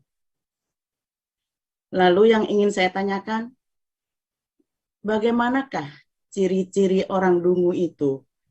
Dan bagaimana kalau terpaksa berkumpul dengan orang-orang dungu itu? Namo Buddhaya Bante. Baik. Iya, Terima silakan kasih. Bante. Ya, terima kasih Ibu Ratna atas pertanyaannya yang dari buku Parita Manggala Sutta, ya. Salah satu khotbah Sang Buddha yang sangat terkenal sekali tentang 38 berkah, salah satunya adalah tidak bergaul dengan orang yang dungu. Maksudnya apa ini sebetulnya? Kalau kita membaca penjelasan itu, dungu itu bukan berarti tidak sekolah. Dungu itu bukan berarti cara berpikirnya mungkin rendah dibandingkan kita, bukan.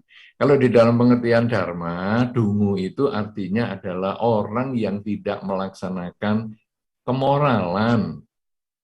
Jadi, kemoralan di dalam Dhamma kan ada 5, tidak membunuh, tidak mencuri, tidak berzina, tidak bohong, dan tidak mabuk-mabukan. Maka kita sebaiknya menghindari itu. Kenapa? Nah, nanti di dalam salah satu khotbah Sang Buddha yang lain ada disampaikan, kalau kita bergaul dengan orang yang mabuk-mabukan, walaupun Anda tidak mabuk, tapi nanti kadang Anda itu akan bisa mendapat nama yang negatif juga dengan lingkungan Anda. Satu contoh yang paling gampang sekarang lah, di zaman hari ini, Anda bergaul dengan orang yang kebetulan menggunakan narkoba dan kemudian ditangkap polisi, maka Anda di lingkungan itu walaupun tidak menggunakan, Anda pertama akan ditangkap dulu juga. Kemudian dites mungkin dari urinnya, dites dari ininya, di itunya, dan lain-lain. Oh, Anda memang bersih, nah itu baru dilepaskan. Tapi nama Anda sudah masuk dulu di berita-berita, dan mungkin di Facebook Anda di mana sudah ketahuan, wah ini sudah ditangkap bersama rekan-rekannya yang begini. Nah itu. Jadi sebetulnya orang dungu itu seperti itu. Kalau nanti di dalam Dhamma disampaikan bahwa kalau kita itu kemana kita bergaul, itu seperti kalau kayu cendana dibungkus dengan kertas, kertasnya itu akan wangi. Tapi kalau daging busuk dibungkus dengan daun, daunnya ikut busuk. Kemana kita bergaul, kita itu akan terpengaruh, cenderung akan terpengaruh dengan lingkungan kita. Cenderung. Karena sekarang misalnya ya, misalnya di lingkungan orang berjudi, kemudian Anda tidak berjudi, nanti Anda akan dikatakan, lah ngapain kamu ke sini kalau Anda tidak berjudi? Di lingkungan orang mabuk, Anda ngapain ke sini kalau Anda tidak mabuk? Nah, jadi kita hendaknya menyadari seperti itu. Kalau dalam peribahasa Indonesia sih, di kandang kambing mengembik, di kandang harimau mengaum. Artinya kemana kita bergaul, kita harus menggunakan bahasa yang sama dengan mereka. Tapi pertanyaan Ibu Ratna tadi adalah, sekarang bagaimana kalau saya harus bergaul, terpaksa bergaul dengan mereka? Kita pertama adalah berusaha menghindari pelanggar 5 sila itu, supaya kita bebas dari pergaulan yang kurang sesuai Dharma. Tapi kalau kita sudah bergaul, bagaimana? Apa harus bergaul? Maka nanti kita ingat, nah ini karena Pak Po juga harus fokus, mencari ini ayatnya. Untung Dhamma Pada semua, jadi tinggal nyiapkan buku aja satu. Yaitu, kalau tangan kita tidak luka, memegang racun pun tidak berproblem. Ya, kenapa demikian? Karena kalau kita tangannya luka, itu kan beberapa orang begini, suka nonton film itu ya. Kalau digigit ular, wah, sedot, dibuang, sedot, dibuang. Ya, itu mengandaikan mulutnya tidak ada sariawan, kemudian giginya nggak lubang, ya boleh aja sedot bisanya ular dibuang. Tapi kalau ada sariawan, ya kita sendirilah yang pingsan kena keracunan itu. Nah, di dalam Dhamma disampaikan, kalau tangan ini tidak luka, pegang racun tidak masalah. Betul kan? Nah, jadi artinya kalau batin kita sudah seimbang, kesadarannya maksimal tadi, ya, kita punya kesadaran yang baik, maka pergaulan dengan mereka itu yang melanggar 5 latihan kemoralan itu menjadi tidak begitu berpengaruh. Karena begitu kita mau diajak, sama dengan tadi, kesadaran kita sekarang pada nafas misalnya, nafas masuk, nafas keluar. Begitu pikirannya menyimpang, kita bisa kembalikan. Pikirannya nyimpang, kita kembalikan. Nah, sekarang di dalam pergaulan dengan mereka yang melanggar 5 sila itu, begitu kita mau diajak, ayo nyuri aja, oh maaf ya, saya enggak. Ayo membunuh, saya enggak. Nah, terus kita bisa kembalikan begitu, mungkin malah kita bisa memberikan pengaruh positif kepada mereka. Kalau akhirnya kita itu kuat pengaruhnya, mungkin mereka malah bisa menjadi lebih baik. Karena seperti tadi, cendana yang dibungkus kertas, kertasnya pun akan harum. Kalau kita sudah berfungsi sebagai cendana, maka kita pun akan memberikan keharuman untuk lingkungan kita. Ya, jadi pastikan dulu diri kita, apakah saya punya kesadaran yang cukup untuk menjaga diri, sehingga kita bisa berani bergaul dengan mereka yang kurang sesuai dengan dharma. Tapi kalau kita masih merasa belum mencukupi kesadaran kita, mindfulness kita masih kurang, ada baiknya kita menjaga jarak dulu, mengurangi komunikasi dulu, agar kita tidak gampang terpengaruh. Saya kira demikian, Ibu Ratna, mudah-mudahan bisa memberikan manfaat. Terima kasih, Pak Po. Lanjut. Iya, baik. Terima kasih Ibu Ratna sudah memberikan tadi ya. Ini penting memang Bante, karena banyak orang bertanya, dungu itu ada kaitannya dengan ini ya, dengan tingkat intelektualitas. Nah, tadi Bante sudah katakan, dungu itu orang yang tidak menjalankan sila. Kalau tangan tidak luka, ya racun dipegang nggak masalah. Itu dalam pada bab 9 ayat 9. Ya, kalimatnya lengkapnya adalah bunyinya seperti ini ya. Jadi kita perlu belajar. Maka saya perlu betul-betul mempraktikkan the power of mindfulness ini kalau dengan Bante. Jadi saya tidak bisa 1 detik pun untuk berkedip ya Bante ya, atau memalingkan pendengaran dari Bante. Apabila seseorang tidak mempunyai luka di tangan, maka ia dapat menggenggam racun. Racun tidak akan mencelakakan orang yang tidak luka. Tiada penderitaan bagi orang yang tidak berbuat jahat. Jadi kalau kita nggak jahat ya nggak apa-apa. Tetapi tadi Bante bilang, hati-hati Bu Ratna dan teman-teman, lingkungan kita sangat berpengaruh. Kalau kita bergaul dengan orang yang tidak baik, ya lama-lama kita jadi bisa seperti dia. Betul juga kan? Betul tidak? Loh, Anda datang misalnya ke komunitas yang peminum, Anda tidak minum. Loh, ini kamu ini kok nggak pintar bergaul, ya gimana sih? Kan begitu kan ya? Nah, maka karena itu, ya dalam ayat yang lain, Bante izin tadi saya pikir saya mau memberikan ayat yang lain Bante ya.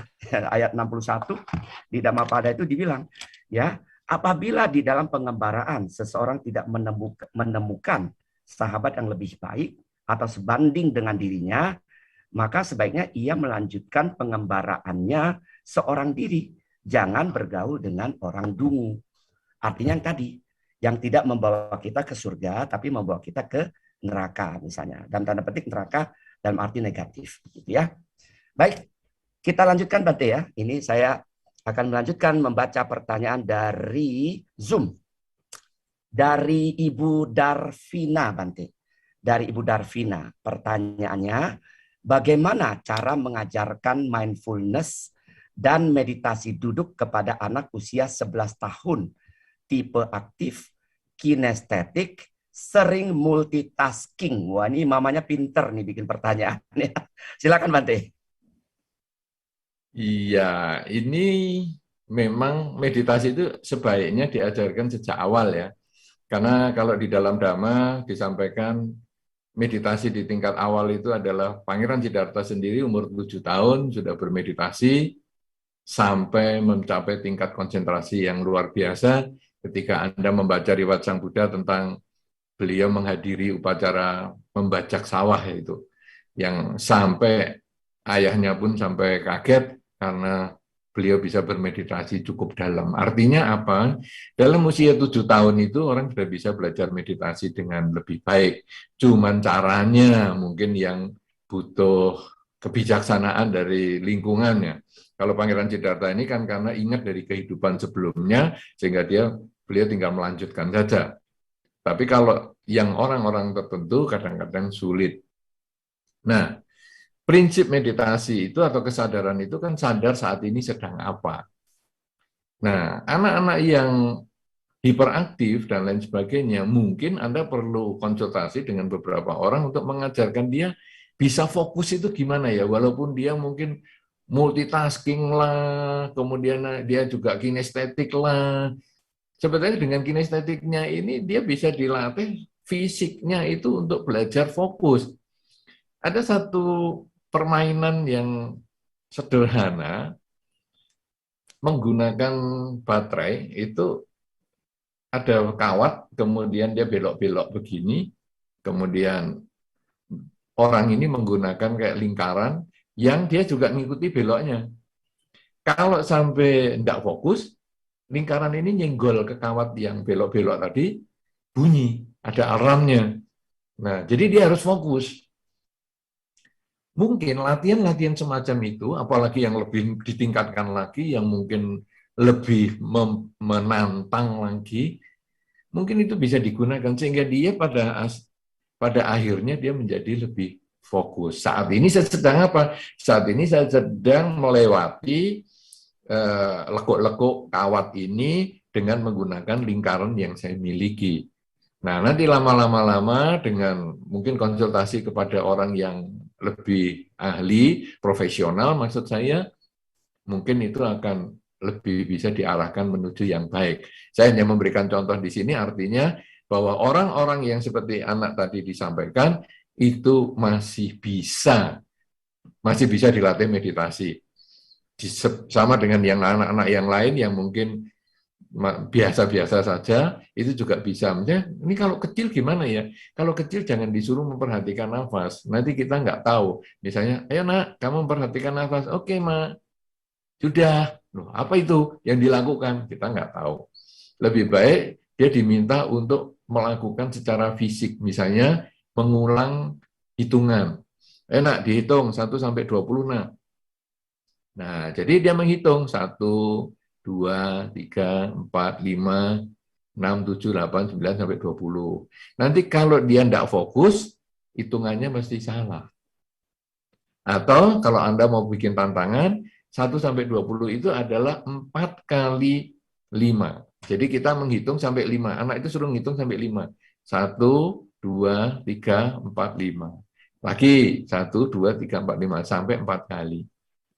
Kemudian nanti kalau sudah mahir, suruh 5 kali. Sudah mahir, suruh 6 kali. 6 kali 5 tadi hitungannya. Terus seperti itu. Nah, nanti kalau anak ini tumbuh mulai dewasa, mulai tambah umur, nanti 5 hitungan ini diubah menjadi hitungan ke nafas. Karena sekarang kamu sudah tahu, menghitung 1 sampai 5 bisa fokus terus. Sekarang kamu hitung dengan nafasmu. Nah, ini misalnya dia sudah mungkin kelas 6 SD, atau mungkin dia sudah kelas 7, kelas 8, ya sekarang coba hitung nafasmu dengan 1 sampai 5 tadi selama 15 menit.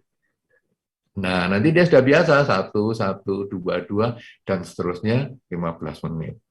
Itu adalah cara untuk kita kalau mau melatih anak-anak meditasi yang secara umum. Tapi kalau yang ibu ini tadi, mungkin kita memahami secara umumnya, kemudian tadi ada saran tadi misalnya dengan latihan fokus, misalnya dengan alat ataupun dengan apa yang dia sukai, kemudian juga dengan konsultasi kepada profesional. Saya kira itu akan menjadi lebih baik lagi. Demikian, silakan Pak Po, lanjutkan. Baik, terima kasih Bante. Jadi Ibu Darvina ya tadi ya. Jadi Ibu, ini artinya belajarnya bertahap. Ya, makanya kenapa meditasi metodenya beda-beda dari orang gitu ya. Kalau meminjam istilah Bante Utamo, beliau suka mengatakan ini soal kecocokan. Ya kan, mungkin dia pada saatnya metodenya cocoknya ini. Tetapi bertahap dulu. Pada level bawah mungkin dia belum bisa. Kalau SD kan kalau kita ajari kalkulus kan gundul rambutnya saudara, nggak mungkin kan. Nah, artinya kira-kira seperti itu kan ya. SD kan mungkin kita ajari 1 tambah 1, 2, 2 tambah 2, 4, dan seterusnya. Nanti bertahap, maka dia akan sampai kepada tujuan yang kita inginkan. Misalnya soal meditasi, yuk fokus ke napas. Pertama hitung dulu. Makanya ada sebagian orang juga pakai tasbih ya Bante ya. Pakai tasbih kan dia konsentrasi, dia membaca. Nah itu juga mungkin ya salah satu metode yang bisa digunakan. Gitu ya Bante ya. Baik. Iya, kecocokan dan bertahap kata si komentator di mana ini? Ibu Senja. Oke, baik saya ke raise hand ya. Yang raise hand sekarang Ibu Sheni Ui. Ya, Bu Sheni silakan diaktifkan kameranya. Mari kita berdialog dengan iya, Ibu Shelly di mana, Bu? Ya, silakan, Bu. Ya, masih muda ini ya. Iya. Iya, di mana Cici Shani? Selamat malam, Pak Po. Terima kasih Ya, kesempatannya. Namo Buddhaya. Namo Namo Buddhaya. Buddhaya, Bante. Iya. Saya mau nanya, Bante, ini mengenai meditasi, Bante. Di dalam meditasi itu kan kalau kita menangkap objek ya, Bante. Terkadang yang saya alami, semakin kita cepat menangkap objek yang muncul, menyadari objek yang muncul, itu lama-kelamaan itu akhirnya jadi kehabisan energi sendiri, Bante. Jadi semakin objek yang muncul tuh semakin banyak dan semakin cepat silih berganti, Bante. Jadi akhirnya kehabisan energi, dan terkadang saya berpikir bagaimana ya cara menyadarinya supaya lebih lembut gitu loh, Bante. Oke, Terima kasih, Bante. di mana Saya lokasinya? dari Surabaya. Surabaya, luar biasa. Tadi terima kasih Cisani. Tadi saya intip di YouTube ada juga dari Hong Kong. Mungkin ada yang dari Jepang, boleh juga ya, dari mana-mana. Ini ya bukan pemaksaan harus ada di Jepang, bukan ya maksudnya. Kalau Anda ada di mana, jadi kan sama DT Foundation juga tahu ini penontonnya ternyata luas ya. Baik, silakan Bante.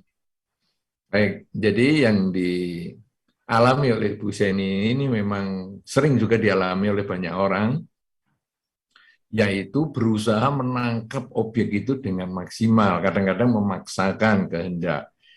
Prinsipnya kalau mau halus, Anda harus menyadari bahwa saat ini tugas Anda itu hanya ngamati, menjadi pemerhati, bukan pengatur, juga tidak perlu menjadi penolak.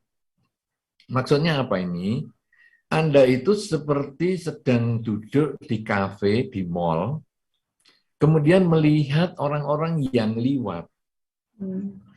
Nah, kemudian Anda lihat aja, ada wanita yang bajunya merah, jalan, agak pelan karena mungkin sepatunya tinggi. Ya, Anda hanya lihat aja. Kemudian ada ibu-ibu yang lari mengejar anaknya. Oke, dia lebih cepat. Ada nenek-nenek jalan lambat sekali sampai dituntun oleh cucunya mungkin atau siapa yang lebih muda. Jadi Anda tinggal nonton aja, Anda sambil minum kopi mungkin di tempat sana kafe itu, kemudian Anda hanya lihat saja. Dan Anda bisa melakukan itu seharian. Anda tidak merasa capek. Tapi kalau Anda capek itu karena Anda kadang nunggu. Oh, nggak ada yang liwat ya. Aduh, jadi stres. Nggak ada yang liwat. Tapi kalau liwat semua, udah mau perhatikan semua. Itu tadi yang baju merah, itu yang mengejar anaknya, itu Anda mau lihat semua. Padahal itu mungkin mereka bersamaan. Nah, Anda tinggal pilih salah satu aja yang paling dominan. Ah, aku seneng yang baju merah lah. Ini wah, dia jalan pelan-pelan gitu. Aduh, yang ibu bawa anak terpaksa aku nggak bisa lihat nih, karena dia cepat sekali dia lari. Nah, tapi ini nenek-nenek yang dituntun cucunya ini, saya bisa lihat. Dan saya tidak perlu ngotot. Jalannya suruh cepet dong. Seperti yang tadi ibu yang muda ngejar anaknya. Enggak, itu yang bikin lelah itu karena Anda memaksakan kehendak. Yang pertama tadi Anda nunggu, ini kok nggak keluar-keluar. Yang kedua, kok keluarnya kok banyak sekali. Pilih salah satu saja. Anda menganggap keluarnya banyak itu karena kesadarannya lemah. Sebetulnya pikiran itu keluarnya hanya satu per satu. Tidak pernah berbarengan. Ya, tapi hanya satu demi satu, sama dengan Anda keluar dari mobil atau bis, isinya orang 30, kan keluarnya ya satu-satu lewat pintu itu. Nah, orang yang kesadarannya lemah, dia lihat tempat lain, kemudian menoleh lagi, loh kok sudah keluar 5? Dianggapnya keluar semua, padahal satu persatu. Kesadaran kita lemah, kita tingkatkan lagi. Tapi dengan santai aja kita lihat, pikiran ini, tadi ada perempuan yang jalan ini, yang pakai baju merah. Oke, oh ini ada nenek-nenek di belakang. Oke, aduh itu yang bawa anak kelewat. Nggak apa-apa. Nggak usah terus berusaha ngejar, nanti Anda akan capek. Nah, dengan cara seperti itu Anda akan santai. Anggap saja Anda sedang duduk di kafe, kemudian Anda sedang minum kopi Anda, kemudian Anda melihat pikiran Anda itu jalan di situ. Dia jalan pelan, jalan cepat, jalan apa, suka-suka dia, Anda tidak perlu ngatur. Nanti Anda santai sekali. Selesai meditasi pun Anda akan santai sekali. Ya, begitu. Bante. Baik. Budaya, Bante. Ya, Semoga baik. bahagia. Iya, terima kasih sudah dijawab pertanyaan dengan baik ya. Baik, yang paling penting adalah tadi yang sudah Bante sampaikan ya. Setelah ini mungkin Anda bisa belajar untuk bermeditasi. Ya, karena meditasi kalau saya hanya menyampaikan ayatnya aja Bante, ya kan. Kalau di ayat Dhammapada itu di ayat 282 di situ dikatakan apa? Meditasi sesungguhnya akan menimbulkan kebijaksanaan. Ya kan, karena di situ kan Anda saringannya banyak yang melalui meditasi itu ya. Maka Anda akan menjadi arif, menjadi bijaksana. Dengan bijaksana berarti Anda tidak dungu. Nah, kan gitu ya. Berarti Anda tidak dungu. Anda tahu mana yang benar, mana yang tidak. Anda tinggal menjalankannya saja. Sadar setiap saat. Sekarang, saat ini saya sedang apa yang tadi Bante katakan ya. Baik Bante, di bagian akhir Bante mungkin ada closing statement yang bisa Bante sampaikan buat kita semua di seluruh penjuru dunia ini Bante. Silakan Bante. Ya, sayang sekali waktunya sudah habis, padahal saya lihat juga yang resen masih banyak, yang tanya juga banyak. Tapi bagaimanapun juga, sesungguhnya tema kita The Power of Mindfulness ini sangat penting karena ini menjadi intisari di dalam pelajaran Dharma. Bahwa hidup ini selalu berubah, kita selalu menghadapi perubahan, tetapi kita harus siap mental bahwa sesungguhnya apa yang membuat perubahan itu menyakitkan kita ketika kita memiliki keinginan untuk menolak perubahan itu. Saya tidak mau tua, saya tidak mau sakit, saya tidak mau mati. Padahal kenyataan, saya pasti tua, saya pasti sakit, saya pasti mati. Artinya, saya pasti mengalami perubahan. Anda menolak tidak bisa, Anda berharap juga tidak bisa. Ya, kalau tadi Pak Pum mengatakan di awal tentang Elon Musk yang akan menunda tua dan mati, itu bisa. Menunda tua, menunda mati bisa. Tapi menolak tua, menolak mati tidak bisa. Yang ada kita harus mempersiapkan, melakukan yang terbaik saat ini. Sebelum saya tua, sebelum saya sakit, sebelum saya mati, saya harus melakukan yang terbaik dengan pikiran saya, dengan ucapan saya, dan dengan perilaku saya. Sehingga ketika tua, saya sudah tidak bisa apa-apa, mungkin saya di ICU atau saya koma atau saya stroke, saya sudah melakukan yang terbaik sebelum stroke. Ketika di akhir kehidupan saya harus meninggalkan dunia ini, maka saya sudah merasa cukup banyak hal yang saya kerjakan dengan pikiran, ucapan, dan perilaku, sehingga saya tidak ada yang saya sesali lagi ketika saya harus jalan ke alam yang selanjutnya. Tapi kalau kesadaran saya lebih maksimal, sehingga saya bisa melihat hidup itu setiap saat, di dalam segi kehidupan saya apapun juga, bahkan pikiran saya yang muncul pun setiap saat saya bisa amati, sehingga yang saya ucapkan dan saya lakukan itu bisa saya sadari, maka di saat saya hidup pun, saya sudah mencapai kebebasan dari ketamaan, kebencian, dan kegelapan batin, dan ketika saat kita meninggal pun, sudah tidak ada kelahiran kembali lagi, karena kesadaran kita sudah maksimal. The power of mindfulness menimbulkan kebahagiaan di dunia ini. The power of mindfulness mengantar kita kebahagiaan di kehidupan selanjutnya. The power of mindfulness mengantar kita menuju pencerahan di kehidupan ini. The power of mindfulness akan mengantar kita terbebas dari kelahiran kembali, sehingga terbebas dari ketuaan, sakit, maupun kematian. Saya kira demikian, selamat berjuang, semoga Anda semua selalu berbahagia di dalam pengembangan kesadaran setiap saat. Terima kasih, saya sampaikan kembali kepada Pak Ponijan. Silakan Pak Po. Terima kasih Bante, Maha Anumodana Bante, luar biasa ya. Ini pesan yang sangat bagus, bisa Anda cuplik ya. Memang dibatasi agar keserakahan kita tidak bertambah gitu ya. Nanti lain kali kita lanjutkan lagi pada sesi-sesi lain di waktu yang tepat ya dengan Yang Mulia Utama Mahatera. Terima kasih atas kepedulian Anda yang sudah mengirimkan pertanyaan di Zoom maupun di YouTube, termasuk juga yang raise hand. Mari kita teladani apa yang telah Bante sampaikan dalam kehidupan kita sehari-hari, karena tahu banyak tidak praktik tidak banyak gunanya. Ya, tahu sedikit praktik banyak itu yang luar biasa. ya, itu di Dhammapada ayat 19 dan ayat 20 gitu ya. Jadi tetap harus kita praktikkan yang Bante sampaikan ya Bante, bahwa hidup ini adalah tidak kekal, tingkatkan terus the power of mindfulness agar kita bisa menjadi orang yang lebih baik di kehidupan ini maupun di kehidupan yang akan datang. Baik, mewakili panitia sekali lagi Bante, terima kasih banyak. Penonton kita boleh berikan tepuk tangan virtual kepada beliau atau Anjali kepada Yang Mulia Utama Mahathera sebagai ucapan terima kasih. Terima kasih Bante. Sampai jumpa di lain kesempatan Bante. Ya.